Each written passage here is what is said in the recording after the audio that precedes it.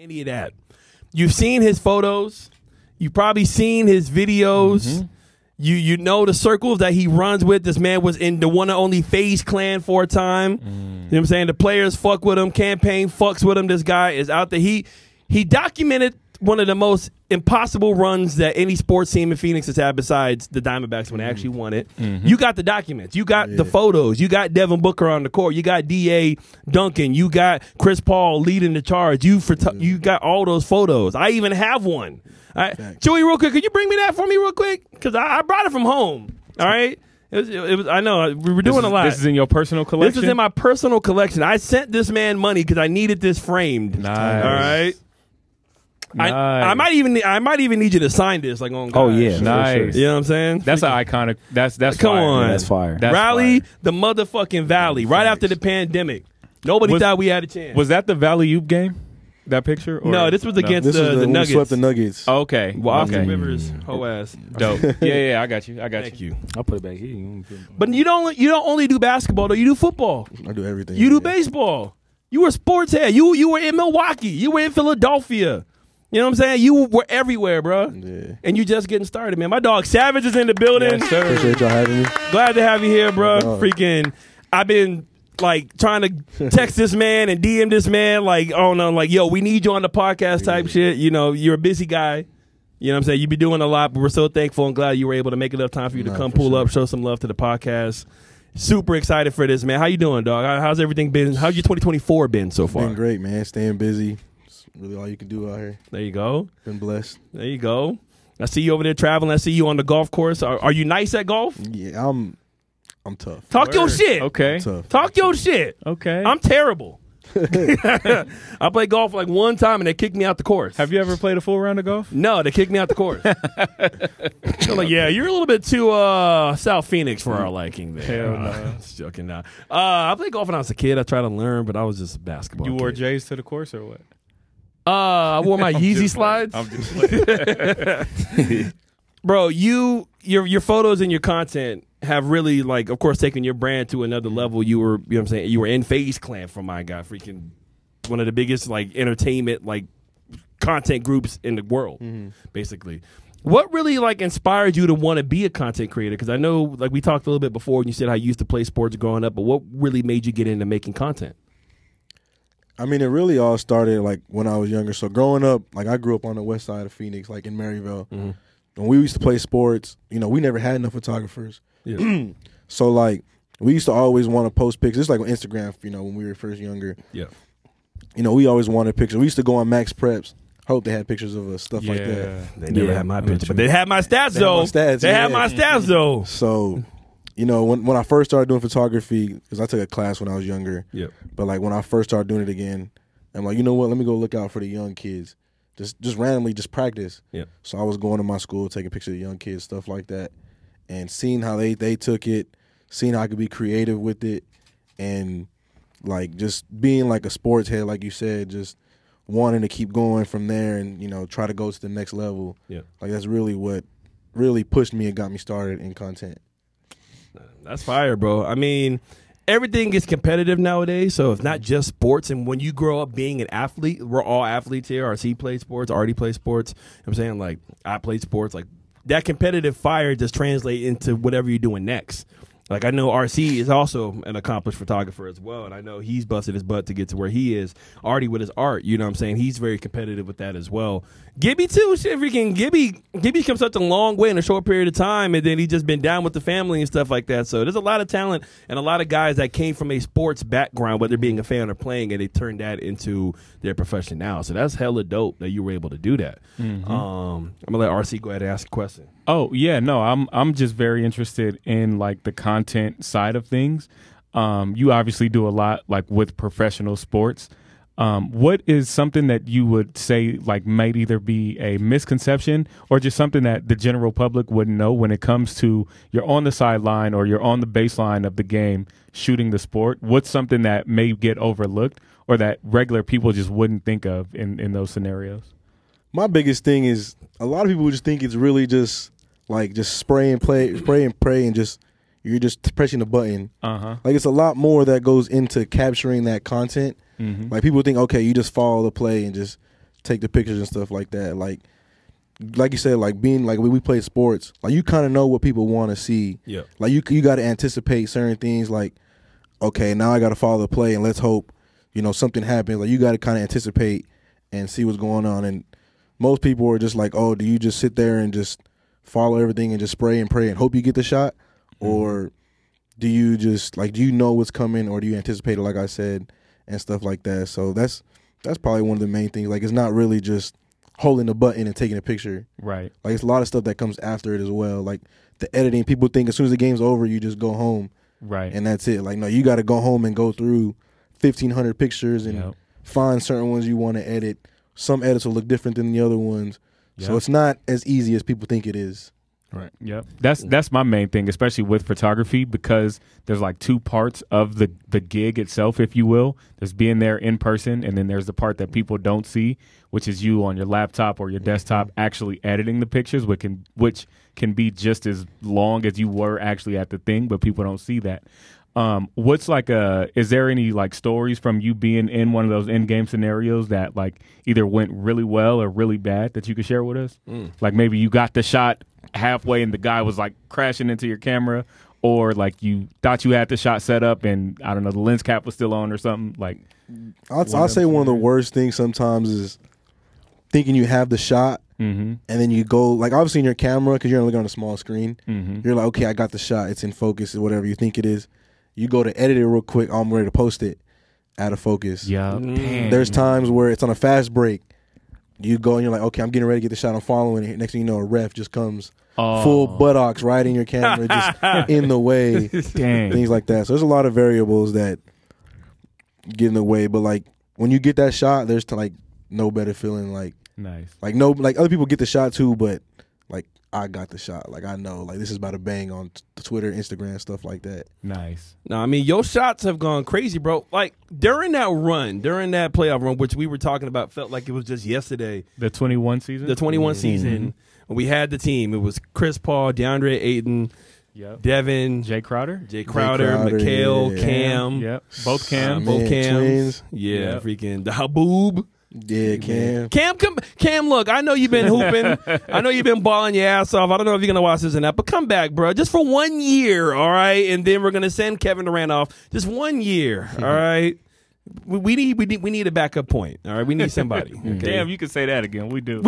God damn it. We do. Or let's say Malik get more minutes, but I like campaign, but he's going to make a lot of money. That dude's been hooping. Where did you see the change in like your social media presence from like that run? Like did it go crazy from like 5,000 followers to like 20,000 after that, or was it more of like a steady build continuing? So like kind of like a side story. So from I want to say from like end of 2018 to obviously 2021, like right before that run, there was a point in time where I wasn't like allowed to take pictures at the arena no more. Like I wasn't able to get credentials, or I wasn't able to bring my camera in. So like a little fun fact, like a little tip too. What I ended up doing was I had like a little $400 point and shoot camera, and that's why I tell people all the time, like it's not the camera, it's the person. Like if you want to make something happen and you want to create that content, you're gonna do it by any means necessary. Nice. Yeah. So during that series, I was buying my own tickets, I was spending money to go all the playoff games, and I'm like, you know what? I'm gonna just take my little camera, a little $400 point and shoot camera. I'll send it to you, like if you want to put it up or whatever. Yeah. And like that's how I literally got that shot on that camera. I love that. That's from that camera? And all that whole playoff run, all them like old like vintage style looking pictures Let's go. were taken on a small $400 camera. Was that like a GX7 or the Power Shot? It was I think it was a Sony. That's fire. I can't remember what it was. Like I'll find the picture and the model, and that's what I gotta tell people all the time. Like if I didn't pick up that camera again and start taking those pictures and getting my stuff noticed by the players, who knows if I'd be in the situation I'm in right now, because I could easily just given up and been like, nah, like, okay, I can't get back in the Suns games. I can't take pictures no more. Go find another route. Go back to a 9 to 5 like I used to have. Yeah. But I took that chance, went to the game. That was literally the first game I went to with that little point and shoot camera, and that picture literally went viral. It was like, this is when like Snapchat started like going viral. Like people could post like stories on Snapchat, like big accounts. Yeah. I had like Snapback Sports posted. It went viral on Twitter. stuff like that. And like it looks cool because it looks like they're playing like outdoors the way the lights flashed. So that's great. Book ended up posting that, tagging me and stuff like that. So it was definitely a cool run. Just the magnitude of this photo of just like how like. Just like the layering of it. It's a classic picture. Yeah, no, like, it's. I'm not even trying to gas the framing, everything. Here, but yeah. no, it's. I had to buy it. No, You're like, I'm selling a few of these. I'm like, bro, cash out, but I need this. I need this right here, dog. So like, this is staying with me. Even when I get my house, I got one in my room too. See, I need that. I needed that, yo. There we go. Can we send Chewy a thing to put so the viewers can see the picture that we're talking about? You can't have it though, Chewy. This is mine. All right, I'm gonna steal it. All right. Artie? Was this like your favorite picture that you took personally, or do you have like a personal favorite? To this day, I mean, there's a lot of like personal favorites that I have, but to this day, like this might be one of the coolest because, like I said, it was the first game I took the little camera to. I had no expectations at all. I was like, you know what, I'm gonna just go and see how they look. And mine, this is like a little tiny camera that you would never expect to get something. And the cool story about it too was, so a lot of people don't know, like the team photographers when they take pictures, you know, they have strobe lights. So like every time they take a picture, like a super bright light flashes in the arena. Yeah. That not everyone can see it. Like you can't, like unless you pay attention. So when I took this picture, the picture was like crazy overexposed, like super bright. Oh, okay. And so I sat there and tweaked. Normally I would just skip right past it. I ended up editing it, doing a bunch of stuff to it, and somehow, some way, it ended up like it looks like they're playing outdoors. Like it's. Like the way the lights flashing down and stuff. So that's fire. Like just the whole story behind it came out cool. But there's definitely a lot of like bucket list like favorite shots that I have. But that's up there. I think this one is dope because I feel like it captures like a turnaround moment in like the Suns, and like just to see that like the crowd is so full, rally in the valley during that time. Like it's the player that we all had like our faith and belief in the picture, and then the way that like I'm looking at it from like. Because I do art, so I'm looking at like the way that those highlights on the side really like make them pop out from the background. Like you're saying with that kind of harsh light, but the contrast of the dark crowd, like it just makes them really sit up front, almost like a 3-dimensional vibe. I really fuck with this one.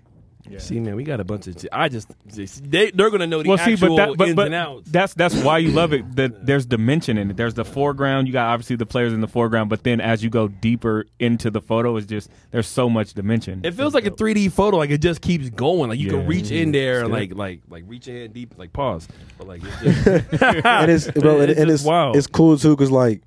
I had so many people hit me up like asking me to send them this particular picture because like they'll see themselves in the crowd or like my boy in the background like with the little mop.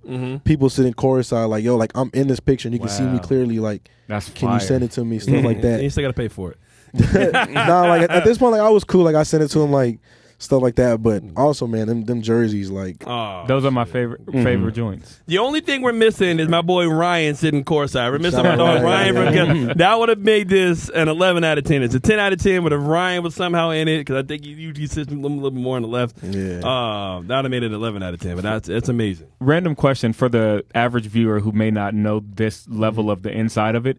How many photographers are at any given, like let's say NBA game? So.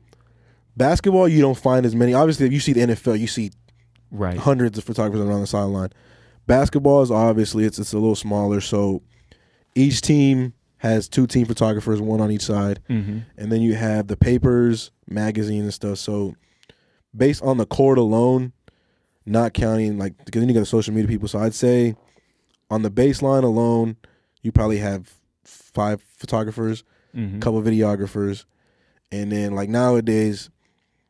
The social media team, they have like 3 photographers, so they're roaming around the arena. Nice.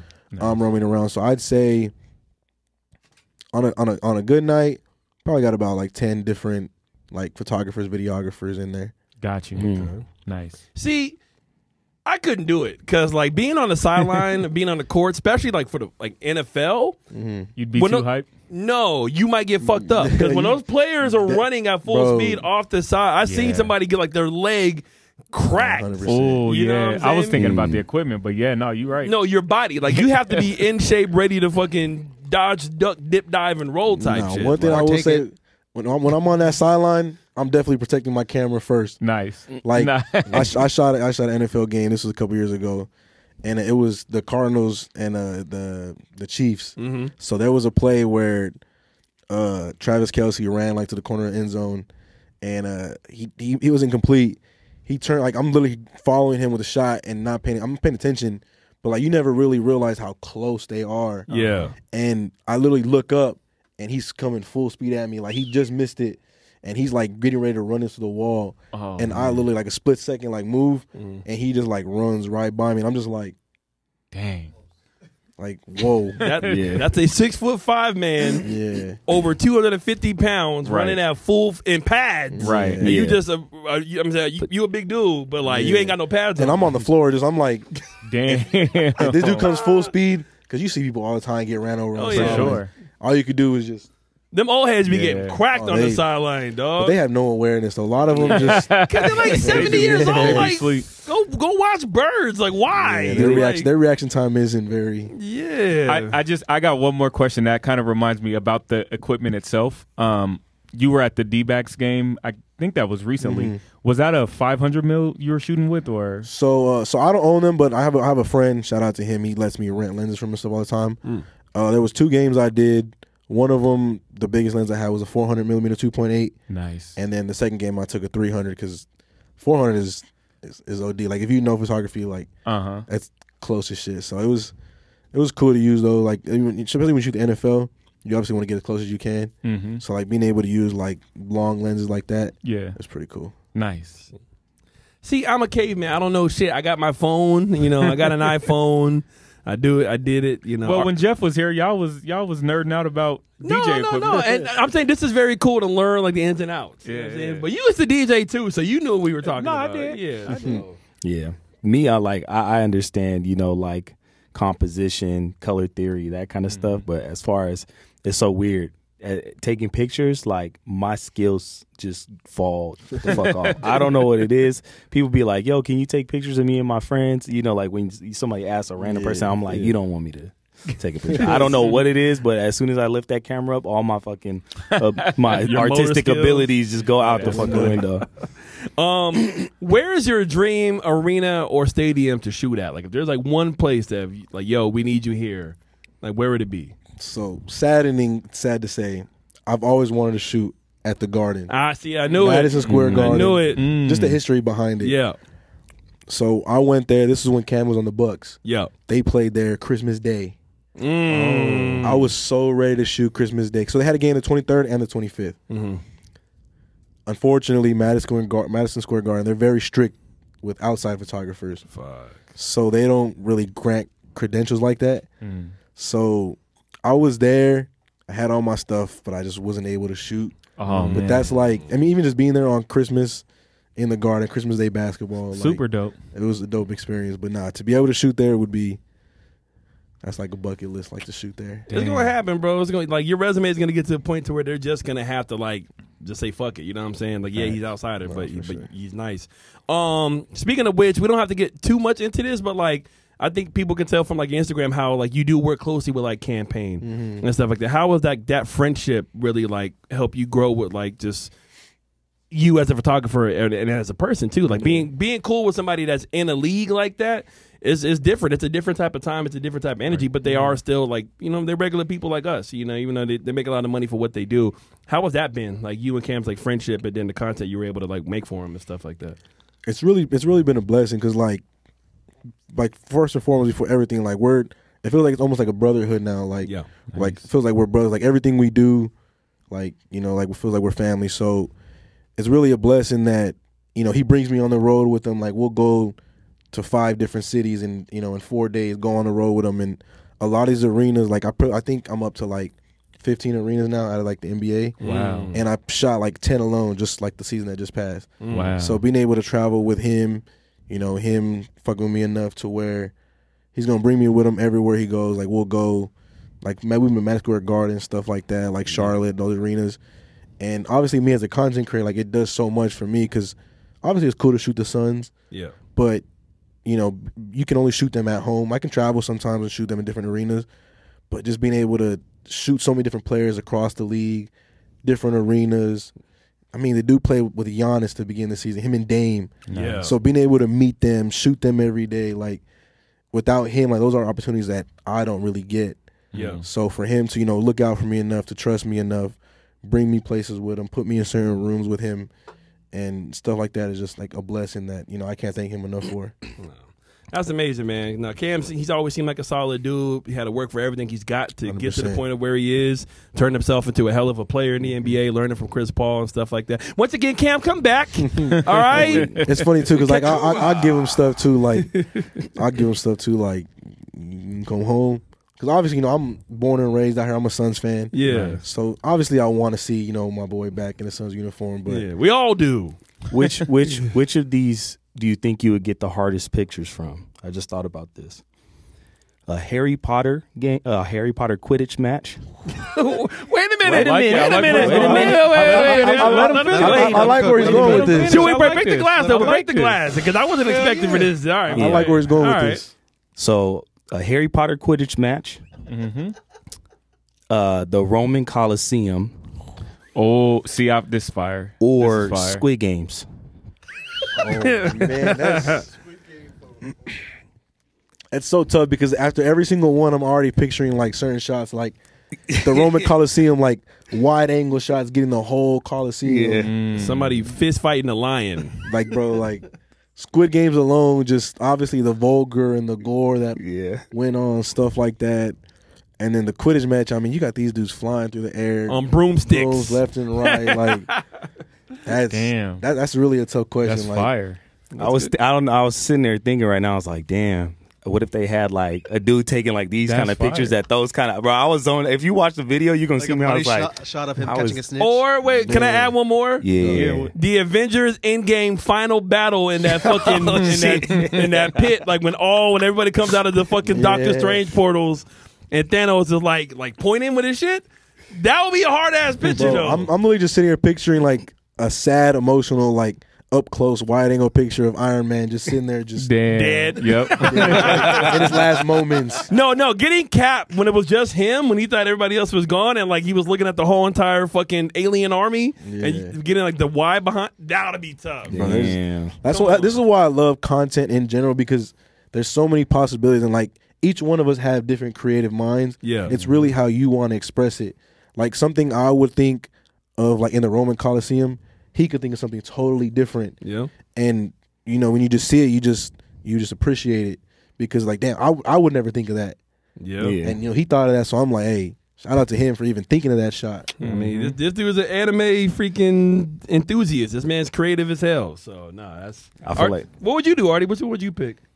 Damn, that's tough. I honestly think that the Roman Coliseum, I feel like because there's actual like hand-to-hand like combat to the death, there's gonna be some real like kind of mixed emotion shots. So if you like getting close-ups of like he just slayed somebody, but he's kind of like, he's like, yeah, I won, but like, damn, that's kind of fucked up. At what cost? I think like Squid Games, you just could capture a lot of like just completely like fucking panic shots of people just looking fucked up. But I think the Quidditch shots might be the coldest. But that's like the so much least stuff stakes, though. But like Quidditch, like that's the right, game. but Niggas the was angles dying in Squid Game. I Like think- you had to like lick a cookie and like cut it out, or else you were dead. because I think the angles though is crazy, and like because you going like, for example, like a image like this, you might catch it at a different angle though, because now it's a 3D space, because there's gonna be people up here like this. You might catch somebody like kind of up close, and it's some dude like, you know what I'm saying?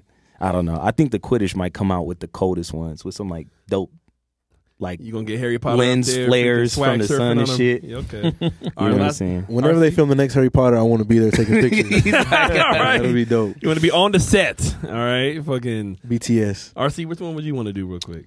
That's interesting. Honestly, I would probably go with the Quidditch, only because I don't even know if we can say this. I'm a pussy when it comes to like gore and blood and shit. Oh, So, yeah, I feel that. Personally, I wouldn't have the stomach to be sitting there watching somebody getting their shit just whooped. They bleeding from their nose and their mouth and shit. And I'm Quidditch. I mean, but we watch boxing and MMA and shit. It's just Yeah. like that, but until somebody just doesn't get up, you know? Right. I mean, but they're literally fighting to the death with weapons. Yeah. and- Who thought about fighting a lion, though? Whose idea was that? They Fighting said a lion? Yeah, like in the Coliseum. Like, Man That versus was the lion. goddamn the dictator. That was Caesar. Julius Caesar. Yeah, trying to see motherfuckers die. he just was like people getting bored. It Throw was a lion in Quidditch, there. the Coliseum, and then what else? I said Avengers, and then The Squid Game. Games. Squid Yeah, Games. yeah. I'm Quidditch. I'm cool. I don't want to see Squid Games. Is just cool. You get murked by some PlayStation controller buttons. And I think the reason why I picked those ones is because those ones are ones that I could see like a camera person actually being able to take pictures. I feel like in the what you said, like unless the cameraman got like superpowers. I mean, sometimes That's it's true. like the joke that the cameraman does have superpowers because he always survived everything. But if like unless the cameraman's like invulnerable, like you can get when this motherfucker fucking Thanos. Yeah. This motherfucker created a black hole, bro. Like, how you gonna not get sucked in? And you gonna take a picture of that shit? Oh shit, I got a picture of a black hole. No, I mean, that would be some motherfucker. that'd be some wild shit. All right, I'm gonna ask you one more Anyways. hypothetical question, then we're gonna move on real quick. If you can go back to any sporting major events of ever, like your favorite one, whatever the case is, which sporting event would you want to be at? And think, I already know exactly what I'm gonna say. what you got? 2008 Mm. Cardinals Steelers Super Bowl. No. Oh. And the reason I say is I'm a Cardinals fan. I'm assuming Yeah, we all are. yeah. I'm getting the best possible shot I can of dude's feet. Oh, Because remember, the cameras that's back good. then, obviously they were good. That's good. Yeah. But they're nothing like what they are nowadays. So if I can go back then with the camera I have now, zoom in on his feet.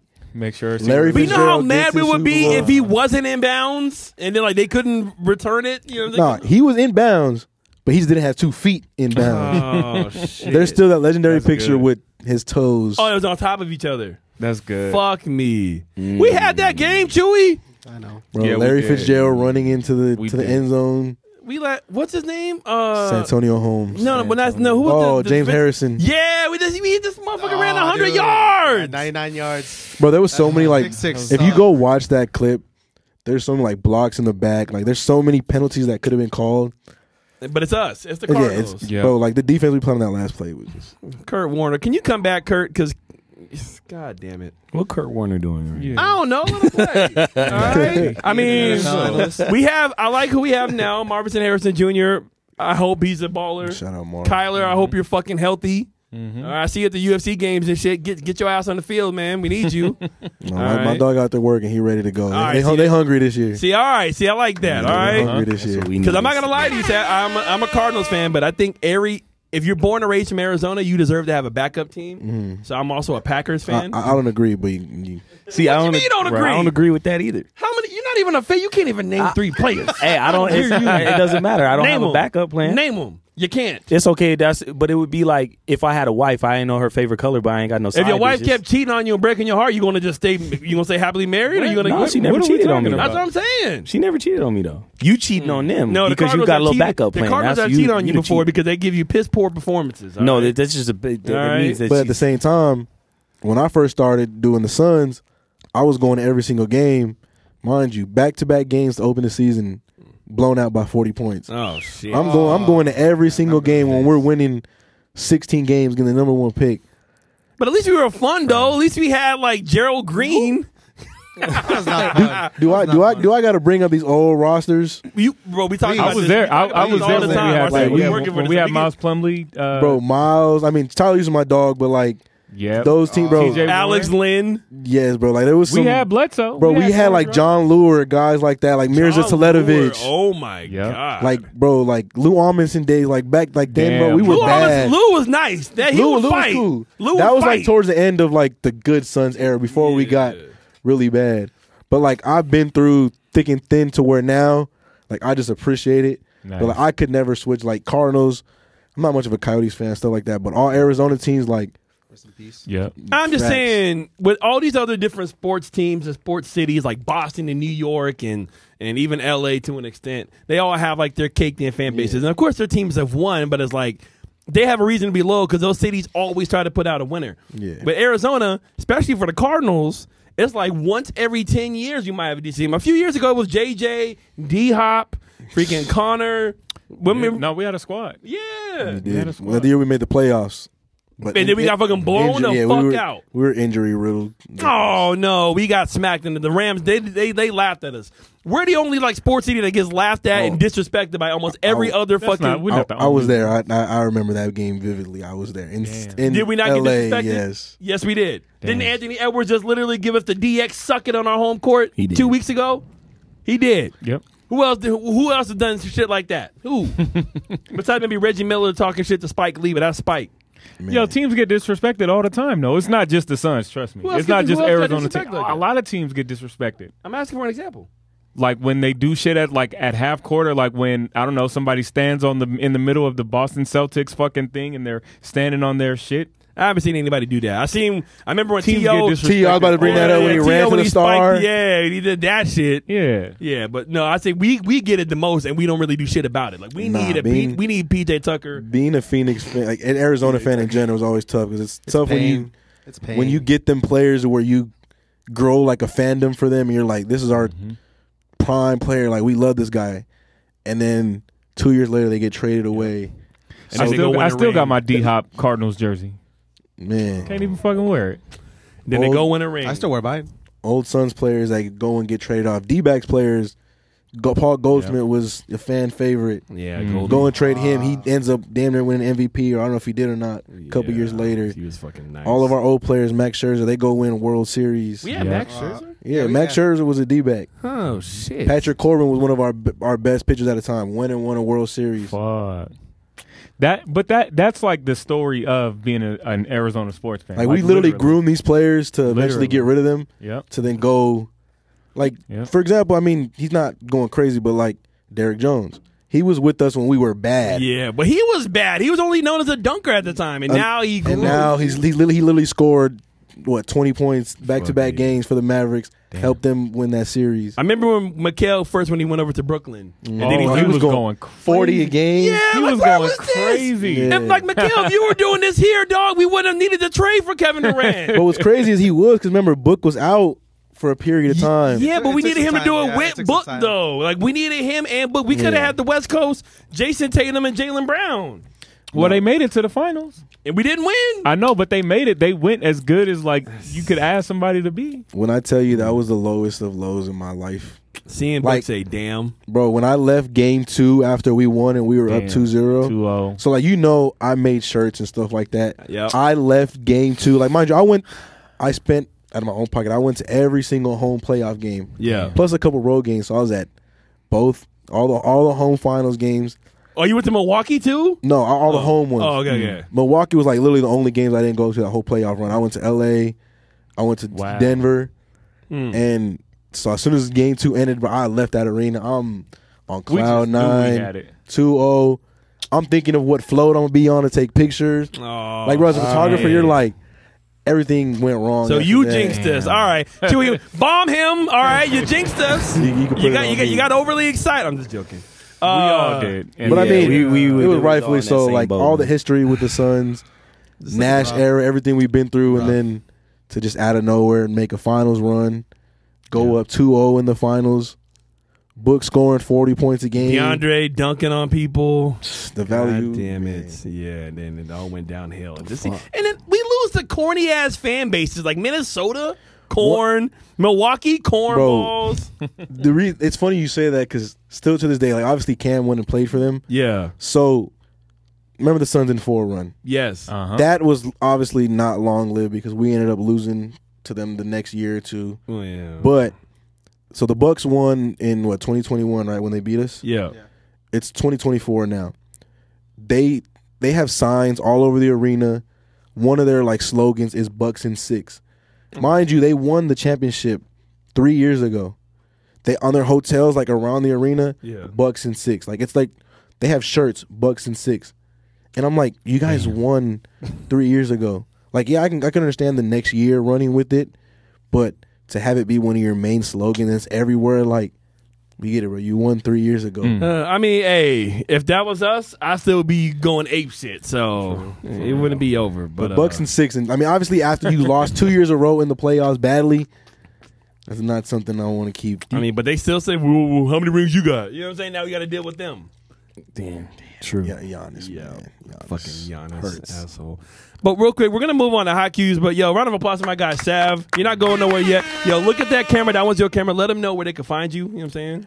Instagram, Twitter, Savage with 2 E's. There you go. Nice. All right, see? That's easy. Cue the Eagles. I'll drop my email. America! And then, Chewy, I need like the warthog from like Halo. Yeah, I need that. Like run over Artie. Splatter spree. No, what the fuck? How did I get the stray run over? Yeah, that's just what's and gonna I'm happen. a Halo like fan. You don't even play Halo, bitch. Holy smokes. Aaron's I'm all hyped up off a Mountain Dew What did today. you I'm all eat, jacked up on drink Mountain before Dew. you came in here today. Yo, You- shout out for episode 64. My dog Savage blessed us on the Yeah. couch. It was amazing. Savvy. Yeah. That real Yes, sir. did numbers as well. You know, him talking about his journey and everything. We went from somebody inspirational and actually doing something in the community to Yellow Wave, who's like a menace. That's crazy. Menace to Honestly, society. yeah. I mean, if we're talking about the past, I used to be inspirational, but I think I inspire a different group of, You can't cretins. be proud about graduating from inspirational to a scumbag level. You don't want to be that. Well, hold on. I mean, are you calling me Drizzy or are you calling me? Whoa, buddy. Aaron, Look, you- Spoke we, like we a could true talk Kendrick about fan. we could talk about if you make the wrong turn in the wrong alley. What does that mean? I don't know. Have you heard the term scallywag? This is going to be one of the worst episodes we've ever done. It's already on pace. Aaron put himself in a light-skinned sandwich and thought it was just going to be sweet. Yeah. Oh, this is the Rounded. the yellow Oreos. Yeah. Oh, my That's God. crazy. With chocolate filling in it? What is Yep. this? Yeah, it's called a reverse, brother. Lock in. See, y'all got Chewy over there choking right now. He's got the dip over there. Well, you have to find a place to start, and that's going to be right here, folks. I like and it. right here is going to be MDW Memorial Day weekend. Yes. It was a 3-day weekend. Chewy's dying. I DJ'd a lot. I think Artie probably worked a lot. I twerked a lot. You I'm twerked sure. a I'm sure lot. you did. You zesty freaking Your- Carl Anthony Towns back head ass. hurts. I mean, someone has to do it, right? Oh gosh. So The Salvation Army wasn't built in one day, brother. what are you? What you twerking at Goodwill? Or What are was you it that? talking Wait, was about? it the Roman Empire? My bad. I'm sorry. Yo, Sorry. this man had a bag of chips and half of a Dr Pepper, and he's on one. Yellow Wave, how was your Memorial Day weekend, bro? How was DJing this weekend? What happened? It was long. It was strong. We talked Nice. about that earlier. No Oh, Diddy. No Diddy. No Diddy. No Diddy. Chewy No bomb Diddy. him. Hey, no Diddy. Don't No you Diddy. ever say it was long and was strong. We talked about it, sir. Hey, no Diddy. Yeah, turn him up a little bit too. Yeah, turn Jeez him up. Louise. But I mean, no, like it was cool, but I think, unless you just started DJing yesterday, it can kind of get kind of like melancholy, per se. It just like it's very depressing sometimes to DJ for people that genuinely don't care what you play as long as you play like the 11 seconds of the one song that they actually know. And then they get so excited to request a song like you haven't heard it before, and it's like this is what gaslighting was built off of, Like, Tell me how you really. that's how we feel. got here. All right. That's how we got here. Honestly, though, I have to agree with you on some levels. Like the It's requests exhausting. I got this weekend were just some wild shit. Like What's the craziest dude- one? Huh? Gross. Oh, sorry. What was the craziest one? This one dude literally came up to me at one of the clubs I DJ at. And I love and respect everybody that comes up to me. 9 times out of 10, they're cool people, they're cool men, they're cool women. They say nice things, and if I can't play it, they're understandable. But 1 out of 10, Yeah, you get that person. You get Yeah. that jerk. yeah. And this guy, I'm not going to call him a jerk. But What is he was close. wearing? I don't know. I think like some polo button-up shirts, some knew swim it. trunks, and some duck shoes. You know what I'm saying? Not the yeah. duck shoes. Yeah, Hose out, toes out. pretty much. Exactly. I like Toes out, it. toes Fresh out. out of freaking Maya Day Club, right into the club. Yep. He was like, "Bro, you got to play this song." He wanted to hear that. Dun, dun, dun, dun, dun, dun. It was like on every commercial for like freaking. Dun, dun, dun, dun, dun, dun. I don't want to get copyrighted, but anyways, yeah, he wanted to hear some random ass house song. I said, "I don't know if I got it." He's like, "Bro, come on, you're just holding his phone." I'm like, "I seen it. I don't know if I have it. I'm gonna look." Yeah. Like, "Yes, bro, come on." I'm like, "All right." So I look and I had it, and I literally had it queued up. I was gonna play it next. Queued up. Like, comment, subscribe, by the way, too. Yeah, do that. Okay, there we go. I'm gonna play it. And he's like, he's like, come on, play. I'm like, bro, I'm literally gonna play it next. Just go have fun. He's like, that's what the last DJ said. Wow. Trust issues. I'm like, yo, like you making me not want to play this. Yeah. You're really making me not want to play this for you. Yeah. But I still played it for him. Did he tip you? No, he didn't tip me. He was just in the crowd with like a bunch of other dudes doing like the. I'm like, okay, all right. He never didn't tip me. I'm gonna let you know right now. You got to start making people tip you, Aaron. No, Absolutely. but number one, it's illegal to like charge. What? Illegal? Yeah, you can't do that. You can't like charge for a tip. It's illegal. Joke's on you, brother. Look, for me, Everything's worth it. Everything that is worth it is illegal. You understand? Everything starts with a tip, brother. Well, yeah, no, a tip is a. No diddy. Hey, don't make it weird, bro. Don't look at me in the eyes. It's a pep talk. I'm gonna let you sit I'm looking at your We're gonna lips. switch at the next I'm segment. looking at your lips right now. Hey, yo, we're switching. I'm sitting outside. I'm just trying to. I'm sitting next to trying to Chewy. build my brother up. All That's all. right. Miss you, guy. Yo, man, I can't focus. I knew it. Damn it. He was nervous. No, I'm not gonna let you win. You're not gonna win on my podcast. Lock the You're fuck not gonna- in, Aaron. Brother, lock in. Cobra. All right. All right. I don't like to ask for tips like that. Like either people know that if you tip it helps, but also when they tip, they feel entitled. Like, oh well, I gave him $4. He has to play my freaking cousin's song that he just made in his goddamn bathroom. His name's Artie. It's great. Yeah. I heard that one. Yeah. Skipped it. Probably good. Probably some good shit. It's but probably good if you get past it has a 6-minute intro. some people know how to tip though. Like I'm not gonna lie to you, I did make a pretty hefty $100 tip, even though I did have to play somebody's local song. But the light tech at the spot I was at, shout out to my boy Matt. He's like, people keep going to him thinking he was the DJ, and he came up to me like, "Yo, bro, you play this," and I'm like, "Man, why you want me to play?" Then he showed me how much. I was like, "Okay." Yeah. So literally, I'm over there freaking hacking the mainframe, using my damn phone as a hotspot, and I got the song. If anybody ever asks you to specifically play 100 shots, By Young Dolph, yeah, I play it all the time. yeah, but if they ask you to play it, they're drug dealers for sure. Wow. You know how many white women ask me to play that? You know how many bottle girls love that song? Hey, yeah, don't blow up What the are you spot trying for to all say my to me? plugs, brother. Jeez Louise. Hey, yo, no. It's like the You hardest think songs. white women don't sell drugs? I What? didn't say that. Good Lord. Who?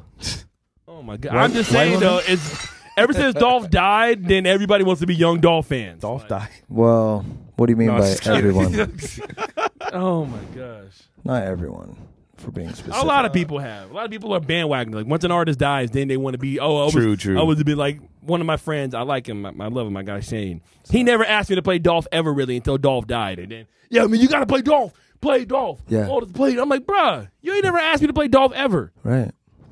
But now I'm playing it because you're my guy, so that's fine. Artie, how was your Memorial Day weekend there, It champ? was cool, man. Okay. I went on a little date. Then I went to work, and then I went to work.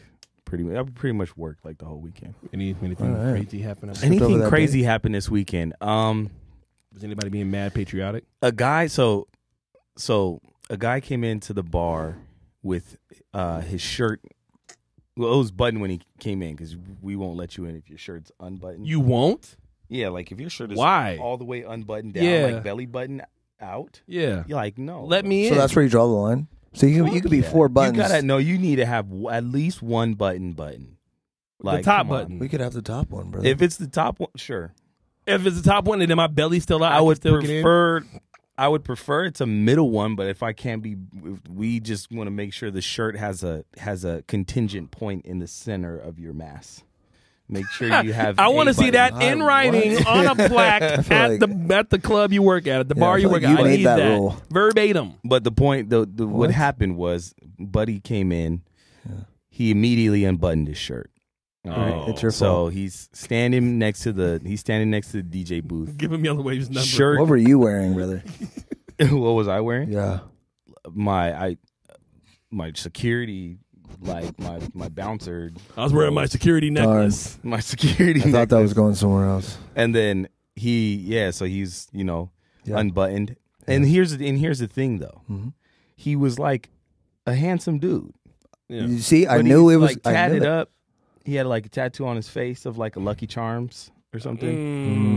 Mm. But he was like really tatted up, and it just the fact that he had his shirt unbuttoned, Yeah. was directly scaring any hoes away from him. I hate when that happens. You see what I'm saying? Like, Yeah. he was ruining his own chances, then wondering why nobody fuck with him. Right. And you see how, like, people get in their own way. So you show your cards too early. But then he left, and I was like, thank God, because he was going to be a problem. I don't know what it was, but you just can, like, feel it in the air. Like, Absolutely. when There's always somebody's one. a fucking There's always problem. one. Like Zero Riz. Yeah. All handsome. Couple years. It felt like it. A couple hours later, Yeah. he came back. a couple hours later, we get a call on the headset. Fight in the hallway. Fight in the hallway. Guess who? Guess who the fuck? Lucky Belly Charms. button. Any. Holiday shirt, chest out, Was he winning? and or he was getting- fighting his own brother. Oh damn! Oh my Yeah. gosh. And they were like Can't take him anywhere. emotional about it. Like, you my brother. I told you to button your shirt, bro. Never. Hey, that's I why. never will. That's why they charge us like $65 for a Hennessy shot. God damn. What? You don't be drinking no Henny. Wow. Here we go. All right, Kendrick. You be drinking hard Mike Hard's seltzer water. Well, what? I'm drinking whatever your knees are drinking right now, brother. Oh, What is that? WD-40 Coconut oil? or Oh, unleaded? Is that unleaded? bro, I see you at R&B night, dog. You be drinking Pinot Grigio. Absolutely. I'll drink whatever you give me. Yeah. Is that a promise? Is that a dare? We can test it out. Bro, I hate when people take their shirts off in the club. Like the dudes just scare away all the women every time. Every time. Yeah. It's like I can't read, but I'm an innie. Like, what are you gonna do about it? yeah. It's like, run away from you, you predator. Like, like nobody wants that. Like nobody No. asks you to take your shirt off. Like there's this one dude who did that shit, and literally all the women just went to the opposite side of the club. It was over. Because he Yeah. probably had like, And then at the DJ, they're like, people want to blame me. Like, why is where everybody goes? It's not my fault. It's him. They always It's blame the dance us. circles. They always blame us. I know, right? It's the dudes that's doing karate in the freaking shit. It's the women that's doing like the worm on the ground type saying? shit. Oh, I saw a push-up contest happen at the club the other day. And like it was these two girls and this guy. They were doing push-ups at the club. I'm not gonna say DJing which at one. LA Fitness or I felt like it. I felt like I Holy was in smokes. freaking EO's Fitness. I knew Any it. pre-workout before the club. Yeah. C4 in the parking lot. And like, but Can I like, get a C4 and vodka? That's crazy. I guess it was like these bachelorettes, and they challenged like this random dude at the bar to do push-ups, and like literally the dude obliterated them. Like Of course. they challenged. If they would have challenged me, they probably could have won. They Right. challenged him, and he did like 400. He was just looking at it. This one girl was like, like Chrissy, stop! Like, He just did stop Kobe. it. Yeah. It's And we know over. who to blame for that. Caitlin Clark. What? I mean, look. Why are you I'm blaming rooting for Caitlin him. Clark? Elaborate. Well, I mean, all of a sudden, Elaborate like on they that. That's like the Great Hope. no. She got all she's them a great girls white freaking hope. chartered planes and warm meals. They were eating Lunchables before she came. Knock it off. She'd still get dubbed out by like a Lisa Leslie had carrots and peanut butter for no, bro. until There's Caitlin a Clark came. there's a guy on your middle school team that would dub her. Come But on. that's not the point, though. Travis Scott called her cool. Well, Travis Scott doesn't know what's cool. He dressed like a cockroach for his He did. Roach his Man. sneaker lodge, Travis Scott will I know fight you you saw just it. like how he fought Tiger. and he'll get beat up. I'm not Tyga, brother. I really think Semi-average. that, I'm not 5'1". yeah, Relax. and Travis Scott, I feel like a lot. I'm not gonna lie, but a lot of those, in observation of like those rappers, Yeah. is they just look really like, I don't know how you're rich and look malnourished. Honestly, Oh my Like, gosh, you had Jay for almost 10 cents a spit out. day, Like, how are you rich and malnourished? right? Because at that point, like, if you're malnourished on accident, Yeah. by like being poor, you know, But that's skinny, fair. Hey, why did he make eye contact with you, brother? who?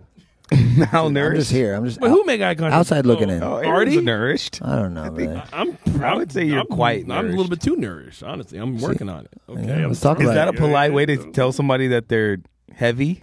Well, you, Hey, you're what's your- pretty very nourished. well Hey, nourished. hey, sister, what's your vitamin intake? You're taking a lot of. What's your calorie Nourishment. count today? All I had today was Chipotle. All right, and What does your B12 look like? And the lady who wrapped my burrito this time, the first time she couldn't do it. This time, I don't know. She's probably not watching it. She kind of got it, but it was kind of loose. So at the bottom, all the juice started dripping from the bottom. I wasn't happy. Did you do the Chipotle where you use your phone and they actually give you like good portions? No, I didn't do that. You know, should. because they would have just probably kicked me out because I'm No, what? Get Dude, like, sir. Yeah, we don't know Brother, it's video your- photography it's your- here. You know. What? No, they were cool. The queso was fresh. You feel me? Just Was the it? wrapping was terrible, and then she gave me the double cup in the queso. So like literally, when Buddy closed it down, like some of it squirted, like got me on my arm. Wow. Why are you holding your knee like that, dog? I'm talking about the queso. Hey, I'm here for the ride, brother. Hey, this episode is Wherever we going, to wherever- heck in a handbasket. What happened for you over the week? Well, what did that tip look like after? Because obviously, she deserved it at that point. Like the tip I gave to the Chipotle lady. What else are I we gave her talking $400 about? for that. What do you think? I knew it. I knew it. Oh I my knew gosh! it. No, my weekend was good. My weekend was fun. It was Good, very proud of you. long. I DJ'd a lot. I'm thankful for the residencies that I have now. You know what I'm saying? We Deserve it. We moving up. We're Let's clap manifesting. it up. Let's clap it up. Let's clap it up. Yep. Manifestation. Chewy and Gibby came to come see me on Saturday at Whiskey Row. They had a hell of a time. Gibby got kicked out. It was great. Now that your mom's in the building, did you do any drugs this weekend? Absolutely. I did them all. All right. My mom knows I don't do that. No, I was being very responsible. That's It was what a every holiday kid that weekend. does I do. drugs says. I used to look like him, but Wow. Every kid that Well, does everyone drugs needs an say they don't do explanation. drugs. I mean, we all start somewhere, right? It all starts with the tip, brother. Just like I said, shake my hand. I don't want to touch your hand now. I don't. Oh, man. See, this is what happens when RC isn't here, all right? We just let anybody on the couch, and then this shit just goes left. Absolutely. I'm sorry. I'm sorry, yeah. I'm Would you the ever do- RC you order on Wish. You are the Temu RC, goddammit. All right. Would you ever do that handshake where you like spit in your hand and you shake hands? I don't know what type of light skin rituals y'all be doing, but I don't do Oh that. yeah, because mine usually goes where you slice your hand open, you become blood brothers. Yeah. Hey, yo, are Blood you pact. 2-man wolf pack? That's, I mean, yeah, we I all heard saw the movie, brother. If you do that, you guys can share dreams. Yo, guys, come on, man. Hey, Sorry, yeah. Aaron. Hey, you Come should tell them about on. how we We're share doing nightmares. so good. Yeah, how do we share All right, nightmares? we're getting Aaron? views. We share nightmares. We're getting clips, reels. I'm trying to get sponsorships here. Damn it. I used to pray It's for times like this expensive. to rhyme like this. Okay, freak mill. Freak meal. Yes, Aaron- Daddy. Yo, Aaron my- thought he would sit in between us and like this was gonna go good. In betwixt us. My mom is here, man. Come on. This is what it looks She's like, hip, she's Chewy, hip. when it's like This is what it's you ever been playing chess and then you get the king checkmated? This is what it looks No, the like. This king is the is- conversation that they're having. The king and is you're getting fucked. jumped in a dark alley behind Charlie's dealing with you two. Hey, it's like on Halloween, and you're wearing a clown costume, and you somehow end up in a storm drain. And Are you Pennywise? I mean, but it's like the Spider-Man. You didn't even movie. say no to that. Why would you?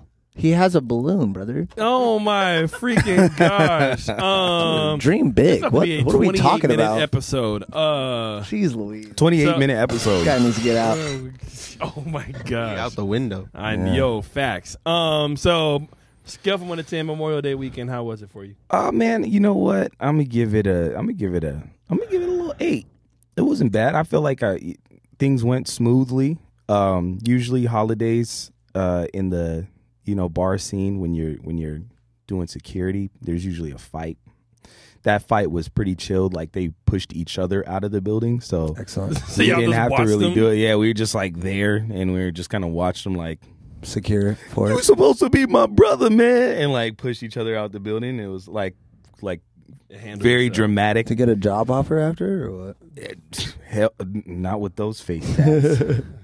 Not in, If I not went in to a this club economy. and had a Lucky Charms tat on his face, I'm leaving immediately. It was a shamrock. My bad. A shamrock. Oh, okay. I know Yellow Wave will probably be DJing there. Speaking of which, Yellow Wave, how was your Memorial Day? I Weekend. can't rate it because it's not over yet. You know, the Memorial It's Day is tonight. over. Memorial is today.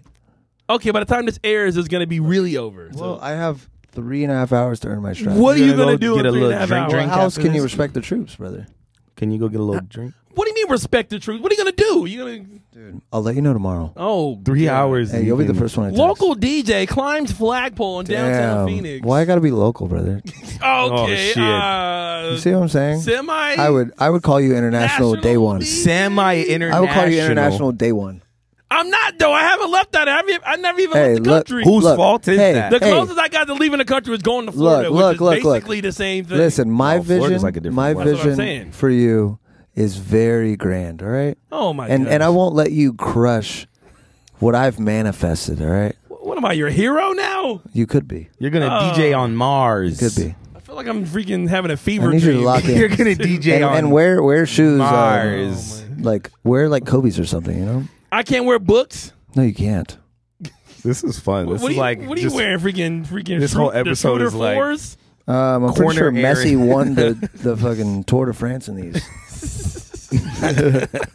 Is he a bicyclist? Oh man, I'm pretty sure those were the shoes that Joaquin Phoenix. was running around in.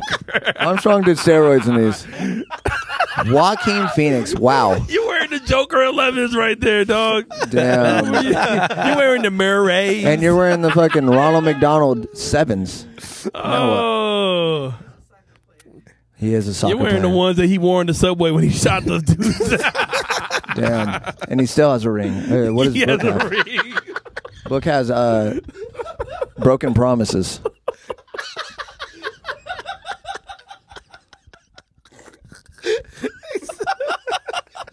You got those off a mannequin that's 11 feet tall.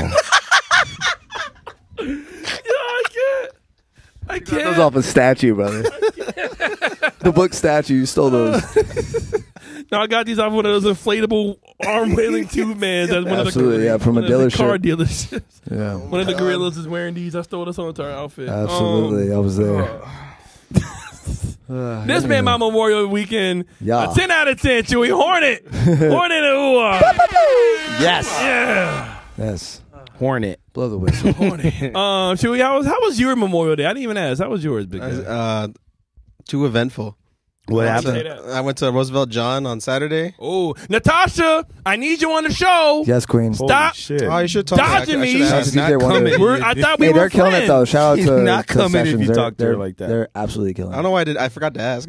I was They've had there. really dope. Thanks, guests Chewy. welcome. every month. Wait, so are they going to be doing? So they're doing that every month now at the Egyptian too? I mean, as far as I know for right now, I mean, I'm not like at the You weren't writers' invited? table, but maybe one day. But You they're will. killing it. They're crushing it, and yeah, they've had really like super dope DJs like the last like 4 or 5 months. They're on fire right now. Well, they had Wonder there for this last one, right? Yeah, he Wonder. was there 4 days ago. I'm Soft really hands. upset because I fucking love DJ Wonder, and I really wish we could be friends. And Why I are you wasn't not able- friends? Because I haven't met him yet. Get a room. Oh. And then I No, went to he's Theos actually and Theos great. on Sunday too. Wait, what'd you do? You went where? And then I went to Theos and Theos on Yeah. Sunday as well. So is the Theos and Roosevelt Theos? John and Theos and Theos? Yeah. Both Back at to the back. Egyptian? At the Egyption, Back yeah. to back. Jeez, man, Yeah. they're making money. Literally, over literally there. should have just GP. got a room there. I know, right? Yeah. You could have. You could have. How was it, Theos and Theos? It was popping. It was hot as fuck though, dude. Oh my Yeah, it's God. starting to get too hot for that. It really is. It's not even body heat anymore. It's just heat. It's just heat. It's both of them. Yeah. Both. Yeah, both honestly. Both of them. Yeah. They tried their best with all the misters. They had a lot of water stations, so like Yeah. they tried their best to fight it, but it was Take it to the Van Buren. a lot of people. I know, right? Yeah. They should. Hell yeah. They need an indoor venue now. Yeah. What are you doing? Another big only jams? Well, actually, I'm glad you asked. Well, actually, huh? Is this it? no, I'm is doing this the something moment? else. What? You were gonna ask him to be on Only Jams? Oh like, my gosh, he's flirting with me, guys. I'm not trying. No. You've been teasing me for the last 3 goddamn years. Okay, we talked about the long, strong weekend earlier. All right, relax. Teasing. This episode. I'm just kidding. Yeah. Hey, this is the moment, but this is going to be a different moment. Okay. What moment is this? I'm not nervous to like. I don't Chewy? even know if this is for them. This might be just for Wait, us. We're going to erase this man from this. We're just gonna be talking to an empty spot on the couch. All We're right. gonna race them. It'll just Yes. What? be Okay. an empty Okay, chair. so- No, seriously, wait. though, when are you gonna be doing it again? Okay. Seriously. All right. Seriously, have you seen the like Joe K does like those the apartment sets where it's like everyone's matching Yes. and they're like in somebody's living room? Yes. Okay, so June 5th, Kitronada is dropping his album, right? Mhm. So that same night, I'm renting an Airbnb. Mm-hmm. We're going to listen to the album at 9 o'clock. Right when it ends, I'm going to fully record my set and hopefully your set. And then we're putting it on YouTube. That would actually be fucking dope. It will be dope. Damn it. It will be dope. Damn it. It will be. Have What fun. color are we gonna wear? We're gonna wear like soft magenta or burnt sienna. Burnt sienna. Good thing sienna, he's that's not a making nice the color. plans. Holy smokes. What you talking What about? is this, wedding we gotta be liner? unique because apartments, they do like Smoked magenta? Like, what are we doing the here? apartment, they all wear like beige. Burnt type Yeah, colors. yeah, no, sienna. honestly, so what yeah, is that and that's where color? I'm- What color is that? That's the Burnt quandary sienna? that I'm Yeah, in like right what now. is it? Very mold. It's a very musky brown. It's very adult. You have to be mature. Adult. Yeah, you have to be An adult. It's one of those colors. color? It's kind of like a brown noise. Like if you're not mature enough, you can't even see it. Oh, What? okay.